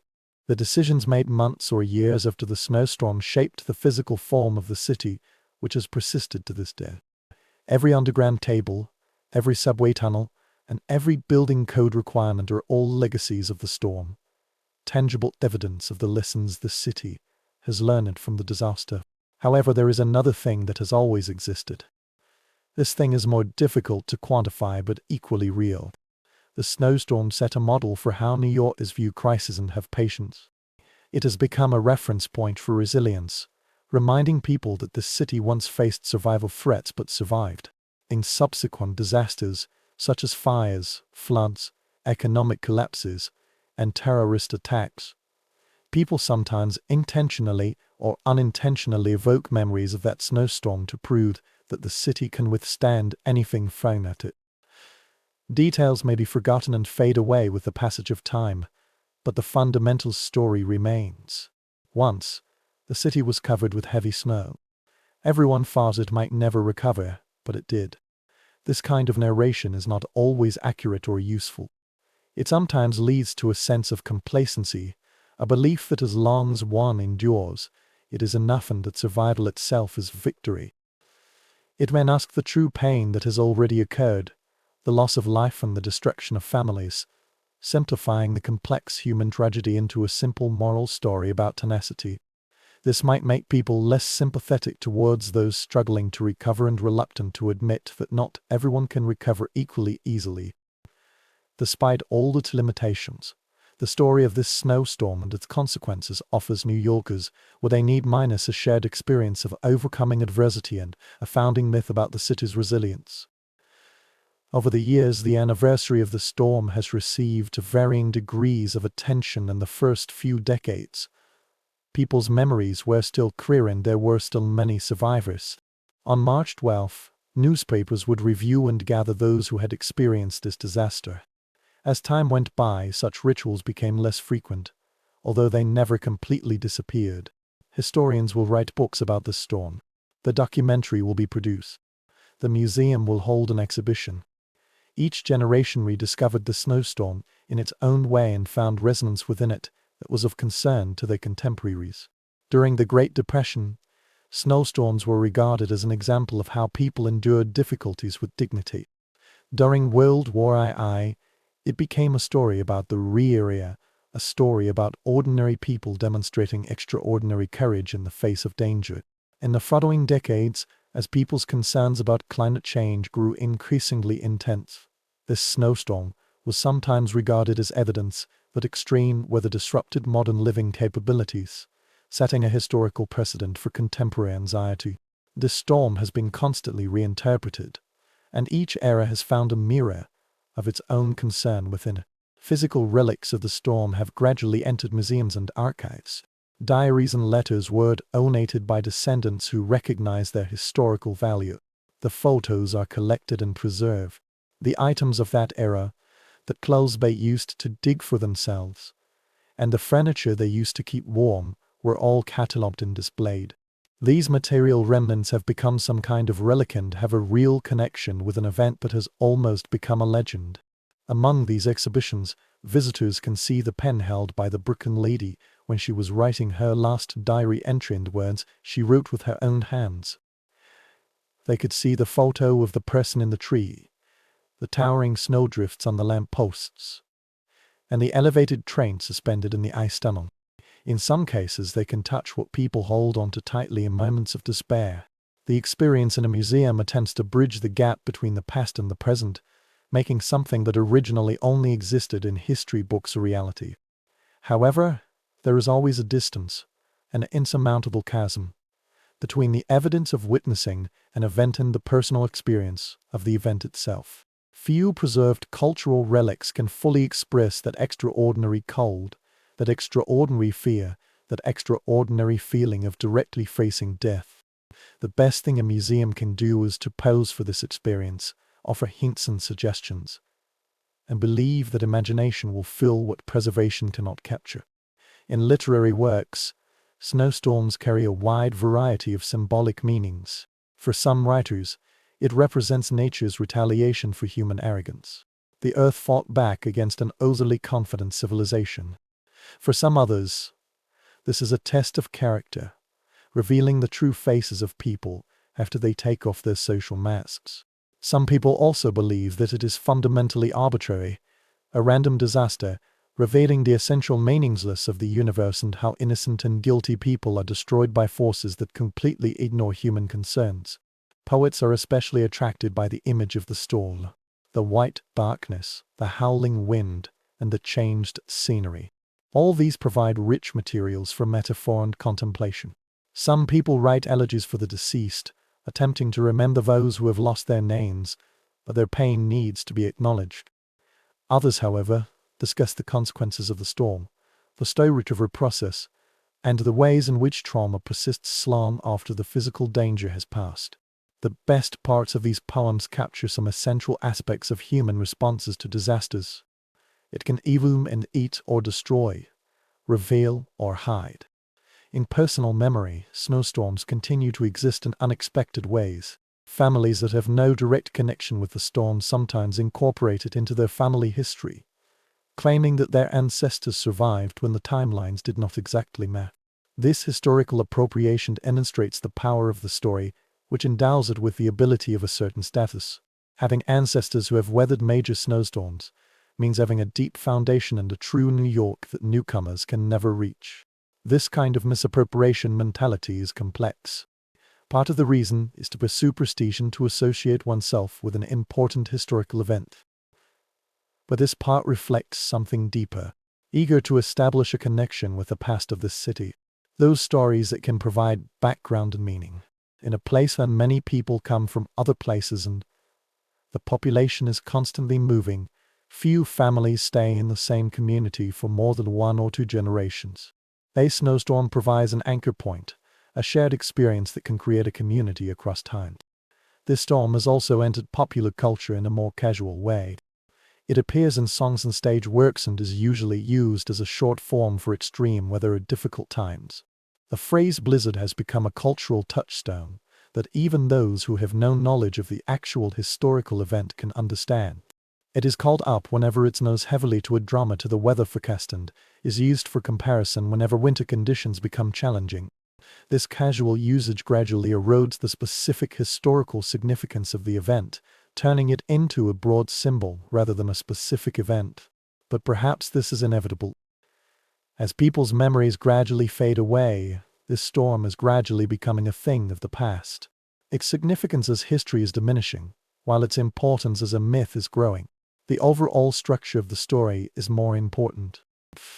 The narrative arc from disaster to recovery can be applied to many situations beyond the original event. Those children born shortly after the storm often heard news about it when they grew up. Their parents and grandparents kept talking about it. I couldn't help taking it as a reference point for everything in the future.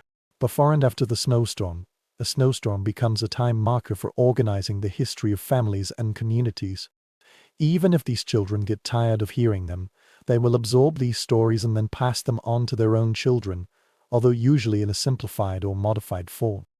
As these stories have been passed down from generation to generation, they have undergone foreseeable changes. Those details that seemed insignificant to later cashiers were all deleted. Events that happen to different people are sometimes combined into a single narrative. The date and place have become blurred, but the emotional core of the story remains intact. Fear, patience, a liberation of survival. This emotional truth is of the utmost importance, as it ensures that these stories can continue to be told, even when the accuracy of the facts declines. Some historians are concerned about this process, fearing that legends will overshadow history and that real events will be obscured by layers of embellished and fabricated myths. They strive to preserve the original materials, establish a clear schedule, and distinguish facts from fiction. Their job is important, ensuring that anyone who wants to know what actually happened can find reliable information. But to some extent, they are struggling against the natural tendency of human memory, which is more concerned with meaning than accuracy, and more concerned with feeling than what happened. The community hardest hit by the storm has formed its own special relationship with its memory. In some regions, annual commemorative activities have become a tradition for local historical societies to organize events and exhibitions. In some other places, people seldom mention the storm. It seems that everyone agrees that people have decided to forget it rather than dwell on it. These different memory methods sometimes reflect the attitudes of different races or cultures towards trauma and resilience. Different viewpoints on whether suffering should be remembered or forgotten. The Jewish community, many of whom were new immigrants during the storm period, incorporated it into the broader narrative of their survival and adaptation in the United States. This storm has become another test in the long history of trials, another test that has already been passed. The stories told by the Italian community emphasize community unity and made as helping each other through crises. The Irish community pays attention to the heroic acts of individuals, especially police officers and firefighters, many of whom are Irish. Each community shapes its memory based on its own values and self-minus concept.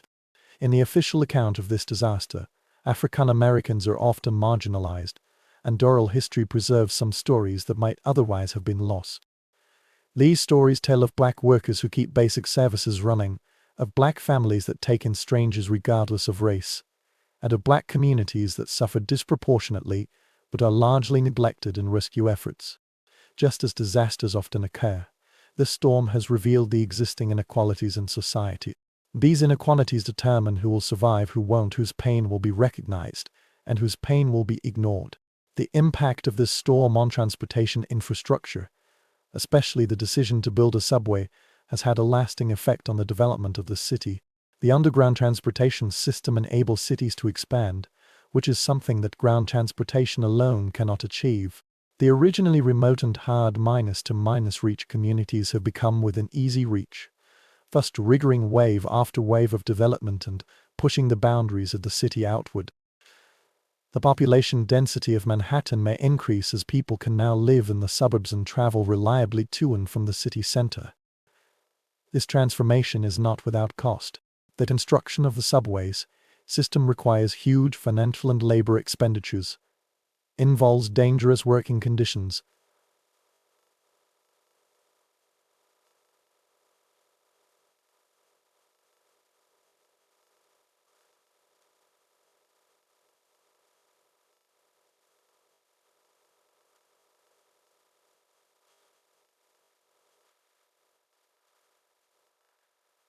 but another option, continuing to rely on ground transportation that could be paralyzed by the weather, seems unacceptable after the snowstorm. This storm indicates that the city needs transportation infrastructure that can operate normally regardless of ground conditions, and the subway provides such reliability. The underground public utility system has also transformed the appearance and function of the city. The streets that were once entangled with overhead power lines have become cleaner and easier to navigate. The visual clutter that was a characteristic of urban landscapes in the late 19th century gradually disappeared. This city presents a more streamlined modern appearance. This aesthetic shift is accompanied by practical improvements in reliability and safety. Underground cables are protected from weather conditions, accidental damage and various dangers that threaten overhead power lines. However, in this process of modernization, something has also been lost. A visual honesty about the infrastructure that underpins urban life. When the wires are overhead, you can see the communication and power networks connecting the city. When they go underground, they become invisible, creating an illusion that the city operates to some extent autonomously without the complex systems that actually keep it running. This invisibility makes people less aware of their reliance on infrastructure and less aware of what is needed to keep the city running. The changes in building codes after the storm are also a double-edged sword. Solid buildings are undoubtedly better as they can withstand heavy snow and strong winds. However, the new regulations have also increased construction costs, making it more difficult for the working class to afford housing. The low-rent housing built after the snowstorm was better than that built before, but they still concentrated poverty in a way that caused other disasters. The storm exposed the insufficiency of the existing housing for the poor, but the response measures did not adequately address this deficiency. Meanwhile, the improvement of weather forecasts has also become a more obvious success story in the snowstorm. Investment in meteorology has brought about better predictions, earlier warnings and life-saving returns.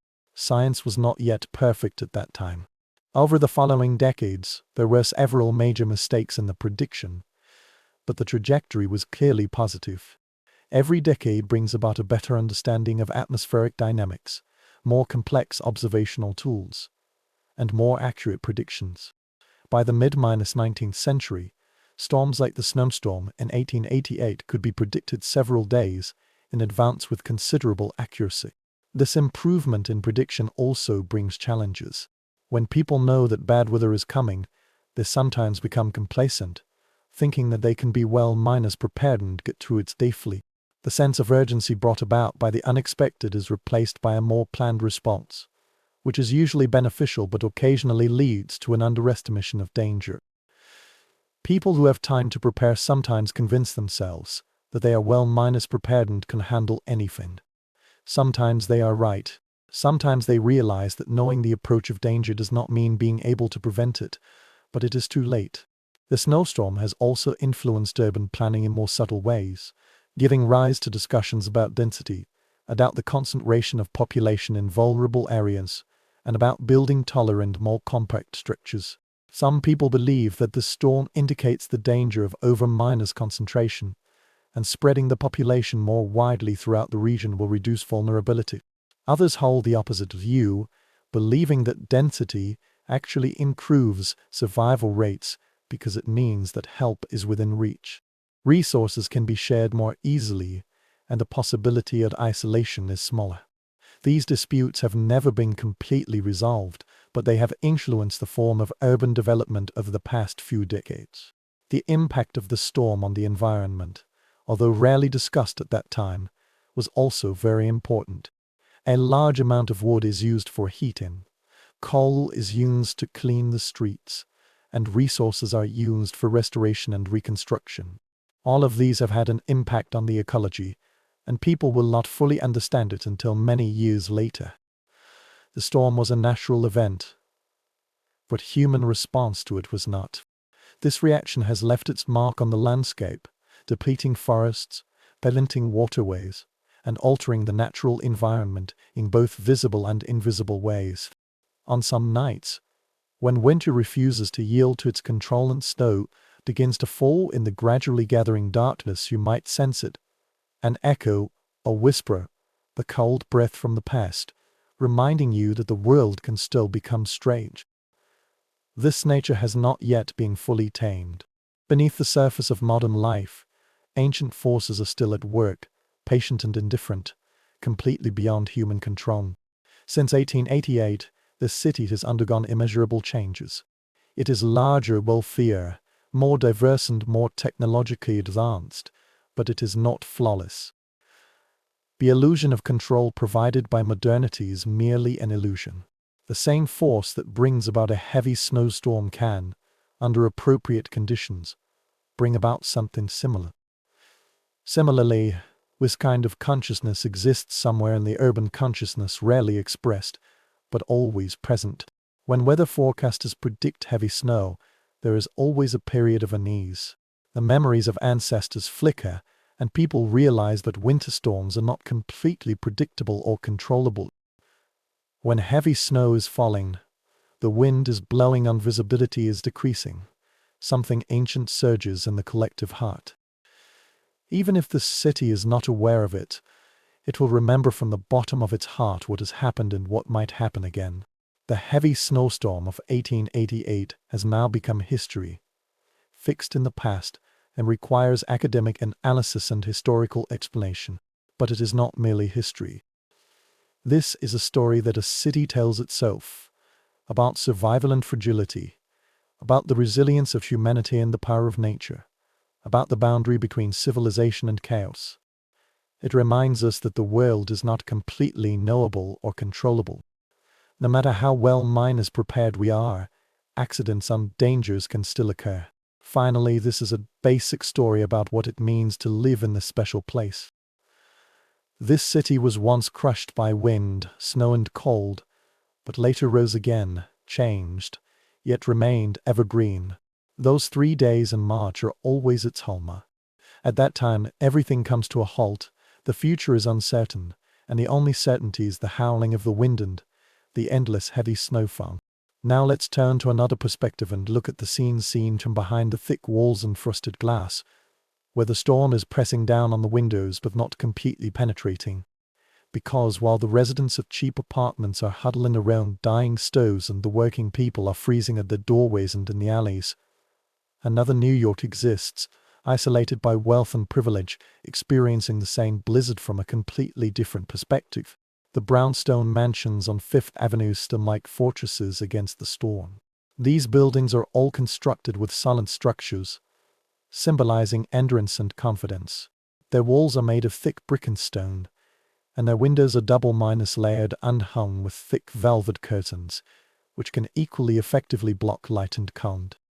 Inside these walls, gas lamps are burning steadily, powered by wires running through the streets, and storms cannot reach them. Almost every fireplace in the room consumed coal and wood, which were sent a few days before the storm and stored by the servants in the storage room in the basement. They knew the rhythm of winter and made corresponding preparations. In such a luxurious mansion, when the heavy snow began to fall, the family gathered in the living room. My father was a banker whose name often appeared in the financial section. He stood by the window, watching the street disappear into white. His wife was sitting by the stove, with embroidery on her legs. Although she had stopped sewing, she was just holding the needle and thread, gazing at the flames. Their 3 children, ranging in age from 16 to 8, were playing cards haphazardly on a table by the wall in the distance. Their attention alternated between the game and the increasingly unpredictable weather outside. The servants walked quietly around the room, performing their duties with the proficient efficiency of their long-stern service. The chef and the butler discussed the food supply, made a list, inspected the pantry, and calculated how long they could support the family if the storm lasted for several days. The results are reassuring and can last for several weeks if necessary. The basement is piled high with pickled foods, bacon, dried fruits, flour, sugar and coffee, all of which are necessities for a comfortable life. The coal bunker is full. The wood was piled up very high. No matter what happens outside, this family can endure it effortlessly. On the first day as night fell, the family gathered in a formal restaurant for dinner. The crystal glasses shone on the gas lamp. The silver sparkled against the white linen. This meal features roast chicken, potatoes and vegetables stored in jars from last autumn. It might be simpler than usual because the chef uses ready-made food instead of fresh food that could be ordered. But it is sufficient and satisfying, with the usual ceremony, marking the difference between merely eating and formal dining. The conversation at the dining table inevitably turned to the storm. Father expressed his concern about the city, fearing that business would be postponed and that meetings would need to be rescheduled. The mother wanted to know about her friend's situation, whether the Vanderbilts had returned from their country estate or were repped there, and whether the charity committee meeting was scheduled for later this week. The eldest daughter mentioned the servants and workers who would struggle. Her father nodded seriously and said something about this unfortunate time, as if the storm had been poorly arranged. But beneath this worry, there is something else, a silent excitement, a feeling of experiencing extraordinary things from a safe position. A storm is terrifying, yes, but it is also spectacular. In the old sense, it is mobile, both terrifying and beautiful. From their protected and advantageous position, they can appreciate its grandeur without being destroyed by it. The young children were extremely excited. School has been closed. Regular activities have been suspended. This house is like an isolated island, cut off from the outside world. In this kind of loneliness, there is something pleasant. They pressed their faces against the window, watching the snow pile up, betting on how high it would rise, and imagining that they could see some shapes and figures moving in the white chaos. Day after day passed, and the storm continued. The family was enjoying a strange vacation. Father tried to maintain a regular schedule, got up very early, read the newspapers that couldn't be delivered, and paced back and down to study in frustration while being forced to do nothing. Mother organized the household, directed the servants, and maintained daily life as much as possible. When the outside world became unstructured, she found comfort in the structure. The servants themselves occupied an interesting middle position. They are warm, well-fed and very safe. In those days, their lives were much better than those of most urban workers. But they were also trapped and unable to leave to visit their families and their communities. The maid was worried about her mother, who lived alone in a cheap apartment in the West End. The coachman was worried about his brother who worked at the dock, but they couldn't go. So they continued their work, polishing the unused silverware, cleaning the already very clean room and looking for jobs to kill time. In the grand hotels of Shangcheng district, such as Fifth Avenue Hotel Street, similar scenes were played out on a larger scale. Wealthy guests found that they had unexpectedly extended their stay. The planned departure became impossible, and their rooms turned into temporary residences. The hotel staff worked tirelessly to maintain standards, pretending that everything was normal and being trapped in the snow was just another form of luxurious leisure. The restaurant remains open, supplying food stocks that could have lasted for several weeks, but the consumption is accelerating. As time went by, the menus became increasingly simple, but they were still written in French and presented with great courtesy. Oysters gave way to canned food, and the fresh bread is quite old today, but everything is packed normally. Guests attended the banquet in their finest attire, adorned with jewels, and poured wine from the hotel's hypermarket. The storm is raging outside, but within the civilization, or at least its manifestation, it is still continuing. In the smoking room and the living room, the conversation carried a philosophical tone. People who usually discuss stocks and property find themselves talking about nature, progress, and the relationship between human beings and forces beyond their control. Among these discussions, there is something almost medieval, a return to the old way of thinking about the world. The 19th century was so confident and so certain of humanity's control over the natural world. The snowstorm indicated that this was not the case. Some people consider this a sacred comment, reminding people to be aware of limitations and humility. Others consider this a challenge that needs to be overcome, proving that infrastructure and preparatory work need to be improved. Some people just think it's a kind of bad luck, a statistical anomaly, an occasional extreme event, nothing to deal with. But even for those who adhere to the most rational scientific views, this experience is somewhat disturbing. The city they were familiar with, the modern metropolis with trains, telegraphs and bustling commerce, turned into something more primitive within just a few hours. All the systems they relied on failed simultaneously. If these systems fail in the wind and snow, What is their overall reliability? The rich have time and their protected spaces to think about these issues in ways that the poor do not. For the poor, this storm is direct and real, concerning survival, warmth, and endurance. For the rich, this is also a kind of intelligence, emotion, and even aesthetic sense. I can find meaning in it, treating and understanding it as an experience rather than simply surviving on. However, even among the most isolated groups, people have become aware of the broader suffering. Reports, rumors, and second-hand reports about death and disasters have been pouring in. The banker living in a brownstone house learned that part of the roof of his office building had been lost and documents were scattered on the street, and the losses would be huge. The guests at the hotel heard stories from the staff about family members in trouble, neighbors being buried, and people going missing. Some people responded with sincere concern, and later, when the storm passed, they responded with sincere charity. A fund was established, donations were made, and relief work was organized. The snowstorm triggered a surge in charity activities, with the rich attempting to address these exposed hardships. Whether this kind of charity was sufficient, whether it addressed the root cause or merely treated the symptoms, these were the focus of debate at that time and later. Others responded with a philosophical fatalism. The poor always suffer. Winter is very hard for them. This particular winter has been tougher than ever before, but that's the essence of it. Society is stratified. Some people have more than others. Although this might be regrettable, it is also natural, inevitable, and even sacred, depending on one's theology. This storm did not cause inequality. It merely brings to light what has always existed. Among the high-end clubs scattered all over the city, such as the Union Club, Nice Ridge, and Manhattan, members who arrived at the clubs before the storm found that the friendships among them were compulsory.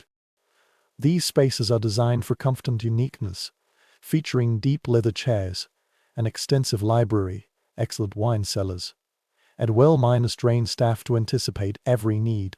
The club members were trapped there, enjoying themselves to the fullest, playing cards, smoking cigars, chatting at length, talking about everything but nothing. Some of them have interesting viewpoints.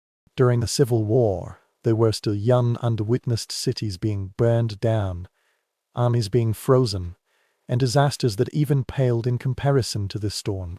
They told the stories of Andersonville and Cold Harbor, of Richmond after its surrender, and of the London arduous years of reconstruction.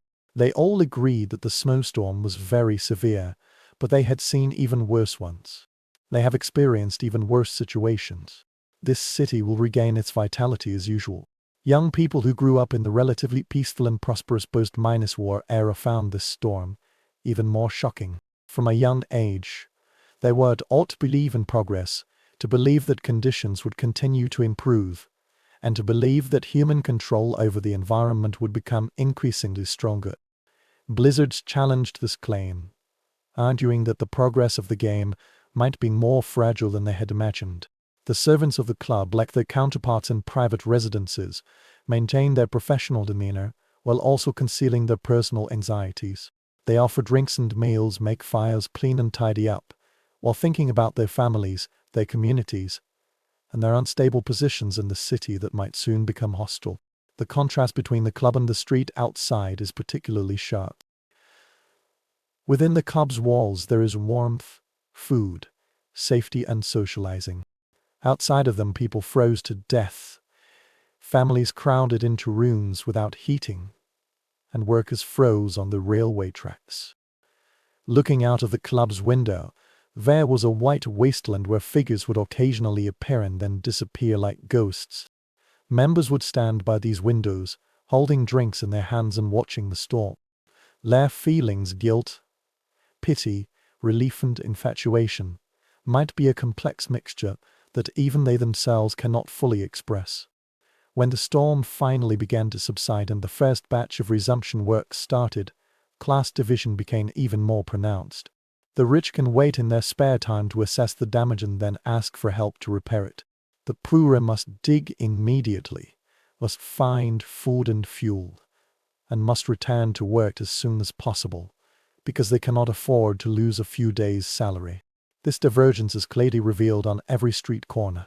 On Fifth Avenue, servants cleared the sidewalk in front of the brownstone buildings, opening up a neat path from the entrance to the street.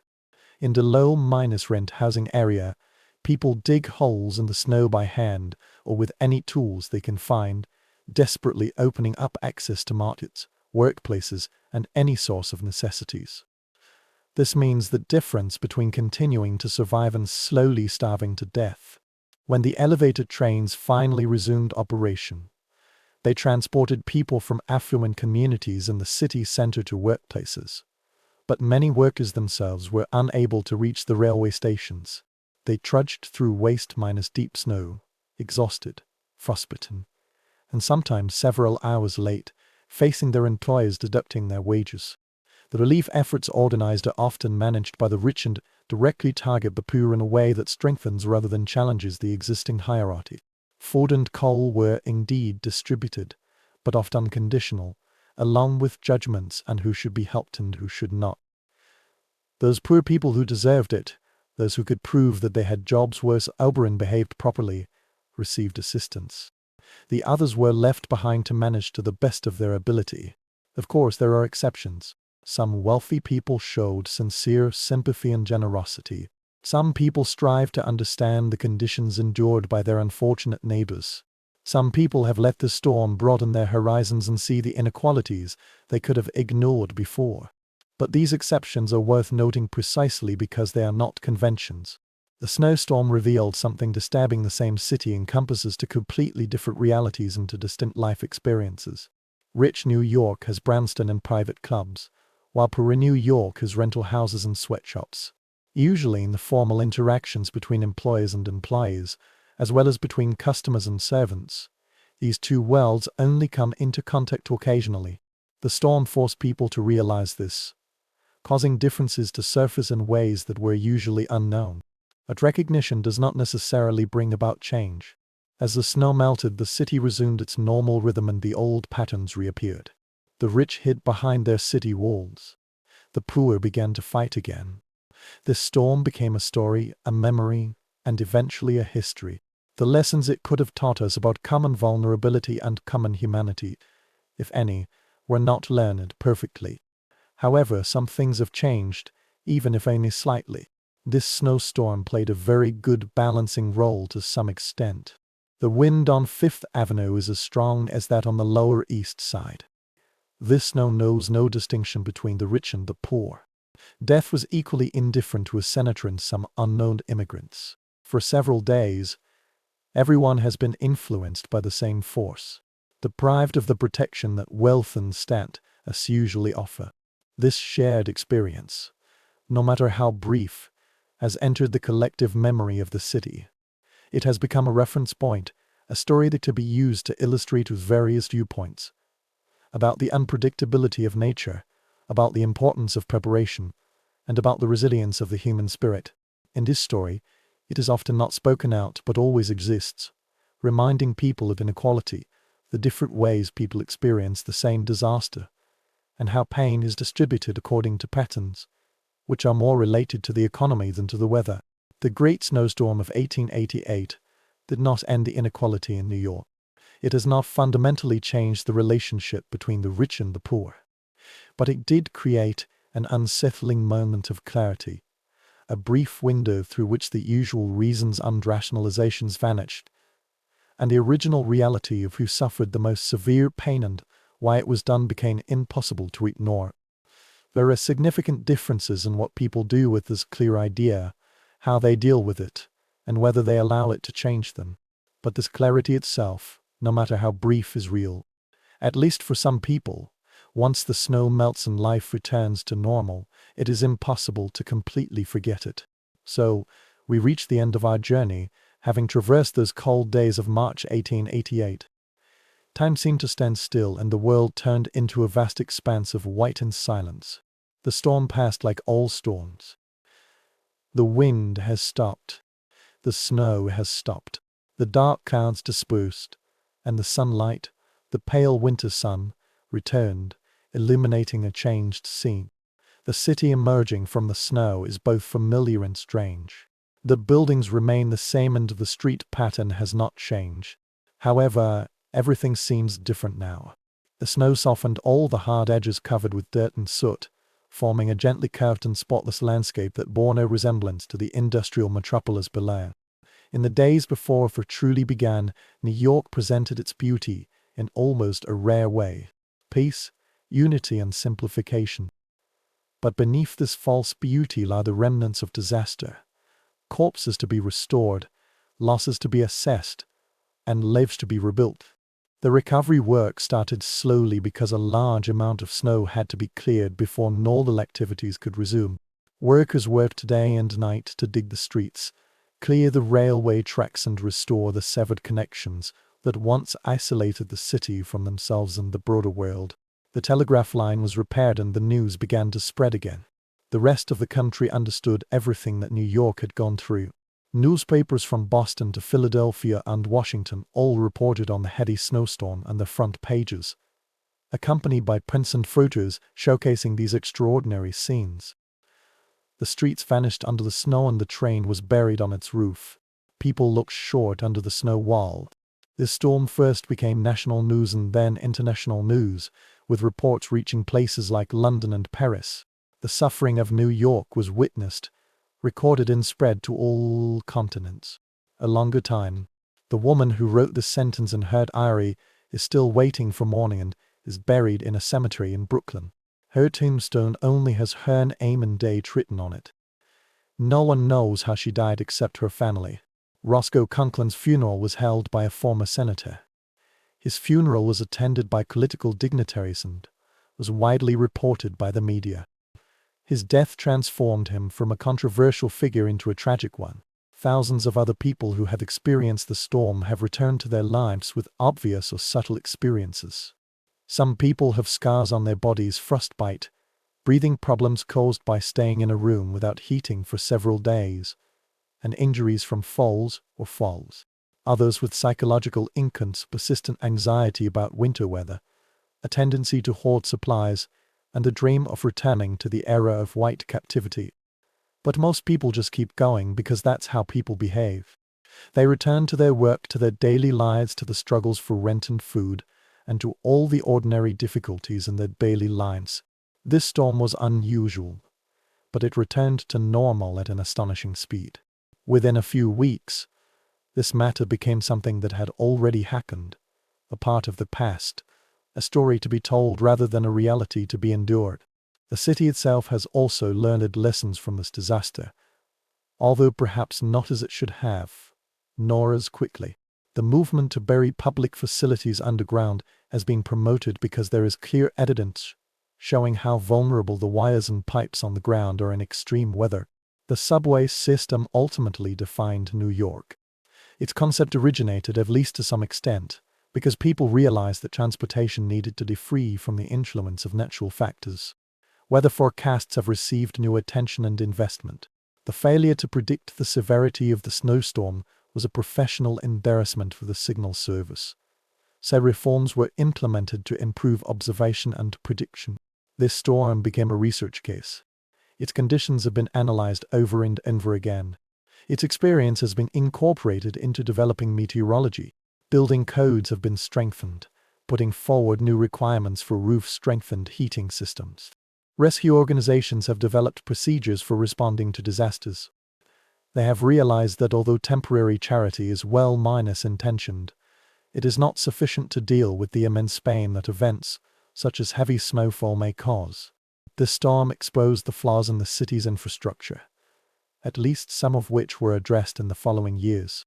However, for all these actual legacies, the most profound impact of the Great Snowstorm in 1888 might be its influence on collective imagination and the way people think about their cities and their place within them. This snowstorm shows that although civilization seems solid on the surface, it is far more fragile than most people realize. The transportation, communication, business and other systems that everyone relies on may suddenly and completely fail, making people as vulnerable as their ancestors did centuries ago. This is a humble understanding, and different people react to it in different ways. Some people's confidence and progress is soared, believing that blizzards are challenges that can be overcome through better technology and planning. Others have become more cautious, more aware of limitations, and more respectful of the power of nature. Most people merely absorb it into their worldview and add it to their accumulated knowledge about what life might bring. This is another data point for their understanding of possibility. The storm became a memory, a history, and a legend. Each generation that has experienced this disaster tells the story to the next, usually with some embellishments, some sharpness in details, and some dramatic enhancements. The children who experienced this thrilling adventure told their grandchildren the story of New York disappearing under the snow when they grew up. Grandchildren who hear this story in the comfortable and safe modern life, with reliable heating, whether forecasts and emergency services, can hardly fully imagine what their grandparents described. Now, more than a century has passed, and we can only visit this frozen city through these stories, through yellowed photos with the passage of time, through official reports and private letters preserved in archives. This kind of experience itself is irreversible. It has been separated by time and the tremendous changes in our way of life. We have technology that people in 1888 could never have imagined. We have systems, safeguards and preparedness measures in place. Although the snowstorm is still very dangerous, it is far less severe than it was at that time. However, something in the story still resonates with people. Perhaps this is a reminder of vulnerability. For all our preparations and technical knowledge, nature retains the power of destruction, challenge and humility, or something simpler. The recognition of human endurance, the way people face huge difficulties. Most people survive, move on and rebuild. When you are now lying in a comfortable bed, in a warm room surrounded by all the conveniences of modern life, think about how your experience differs from those who huddled in a cold apartment room in March 1888. The warmth you feel, the security you experience, and the same confidence you have in tomorrow as you do today. These are not universal human experiences. They are specific to this time, this place, and this historical moment. People in 1888 did not have what you have. They lead a hard life, died young and suffered deprivation that you might never know. However, they persisted. They found happiness and meaning in an environment that you couldn't stand. They love hope, work and dream just like you, just like all human beings, no matter what conditions they face. In this continuity, there is something comforting when it is recognized that human nature still exists in all changes of material conditions. This snowstorm tested all types of people, the strong and the weak, the rich and the poor, the young and the old, and revealed the worst and best sides of human behavior. Some people are selfish, hoard resources and only care about their own survival. Others were very generous, sharing the little they had to help their neighbors and strangers in danger. This storm itself is morally neutral. It is a convergence of atmospheric conditions operating in accordance with the laws of physics, and shows no concern for human well-being. Rather, it is people's reactions to this, and how they treat each other during and after this period. This is where the meaning comes into play. This event becomes more than just meteorology. Perhaps this is the deepest lesson that the Great Snowstorm in 1888 taught us. Disasters reveal the characters of individuals and collectives. They strip away the normal social appearance and the daily disguise, revealing the true self to us. Sometimes what they reveal is admirable. Sometimes it's not so real, but it's always real. To some extent, it's always real, while normal life, accompanied by all the buffers and compromises, is not real. As time went by, people who had experienced the snowstorm passed away one after another. This event became increasingly abstract, becoming a footnote to history and a strange event. But for a while, for those who were there, this was absolutely true and absolutely direct. This is the most important experience in their lives. At that moment, everything changed. When they know what they can tolerate. When they discover the unknown strengths or weaknesses they possess. Let yourself imagine for the last time what it looks like.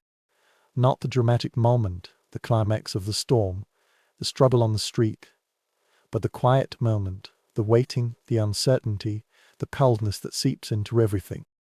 As the food supply decreases, the feeling of hunger grows stronger. Time passes without order, seemingly endless. When all the ordinary urban noises cease, the special quality of silence emerges, the strange beauty of snow seen through the frosted window. Desperately hoping that tomorrow would bring relief. But when tomorrow comes, it only brings more snow, more wind, more cold. In the end, everything is over. The wind gradually died down, the snow gradually became lighter and then stopped. The clouds dispersed, and the first ray of sunlight shone on the white, tentatively emerging from the shade, blinking in the brightness, marveling at the changed scenery. Its relief was so profound, almost painful. Gradually I realized that you survived. Everything was over, but life would go on. At that moment, the moment of appearance, the moment of survival, the moment of return, it must feel like rebirth. This city has withstood the test. Its people once faced terrifying things, but most of them survived. They have gained an unforgettable understanding of themselves and each other. They came into contact with some primitive and ancient things, briefly returned to a more fundamental mode of existence, and then were released back to the modern era, always carrying this experience. Now let this story fall upon you like a gentle snowfall, gently and quietly covering the sharp edge of the day. Let it slow down your thoughts, relax your breathing, and take you into the drifting space between wake-up signals and sleep. In 1888, people endured long cold nights. You experienced it with them, walked with them in your imagination, and felt the echoes of their feelings. But now you are safe, warm and comfortable, far away from those cold streets and moments of despair. Your night will be very peaceful. Their sleep will not be disturbed by howling winds or bone-chilling cold. Tomorrow will come gently, bringing all the comfort and certainty of modern life. When you gradually fall asleep, perhaps you will dream of snow. It was not the terrifying storm of March 1888, but a gentler, milder and more beautiful one. Snow falls quietly on the sleeping city, often ever changing. Snow tells of peace and tranquility, of the deep serenity of the winter night. The heavy snowstorm of 1888 came to an end. It's been so long since then that everyone who has experienced it has transcended memory, even the memory of memory. However, the story is still preserved in words and images, passed down from generation to generation, and can still teach us something about patience, about vulnerability, about the ability of human beings to survive, adapt and continue. Now let it teach you the simplest lesson. May you be safe and warm here at this moment. No matter what storms you encounter in the weather or in life, they will pass. Even after the longest and coldest night, that morning will always come. The human spirit has been tested time and again throughout history, and there is always a way to endure it. Take a break now. Let the story fade away. Slow down your breathing. Let warmth surround you. Let sleep come as gently as the first snowmelt after a long winter, melting the day and allowing you to easily fall asleep. The snowstorm is past. The city lies dormant beneath a blanket of snow. And you, dear listener, can also sleep, knowing that you have traveled far tonight, to time the frozen city, a world vanished, as safely returned to your own warm bed, your own peaceful rest. Sleep well, dream gently. When the morning comes, because it is always so, you will recognize a new day, with you perhaps a little memory the long nights of the survivors themselves were any years ago, during the great snowstorm of 1888.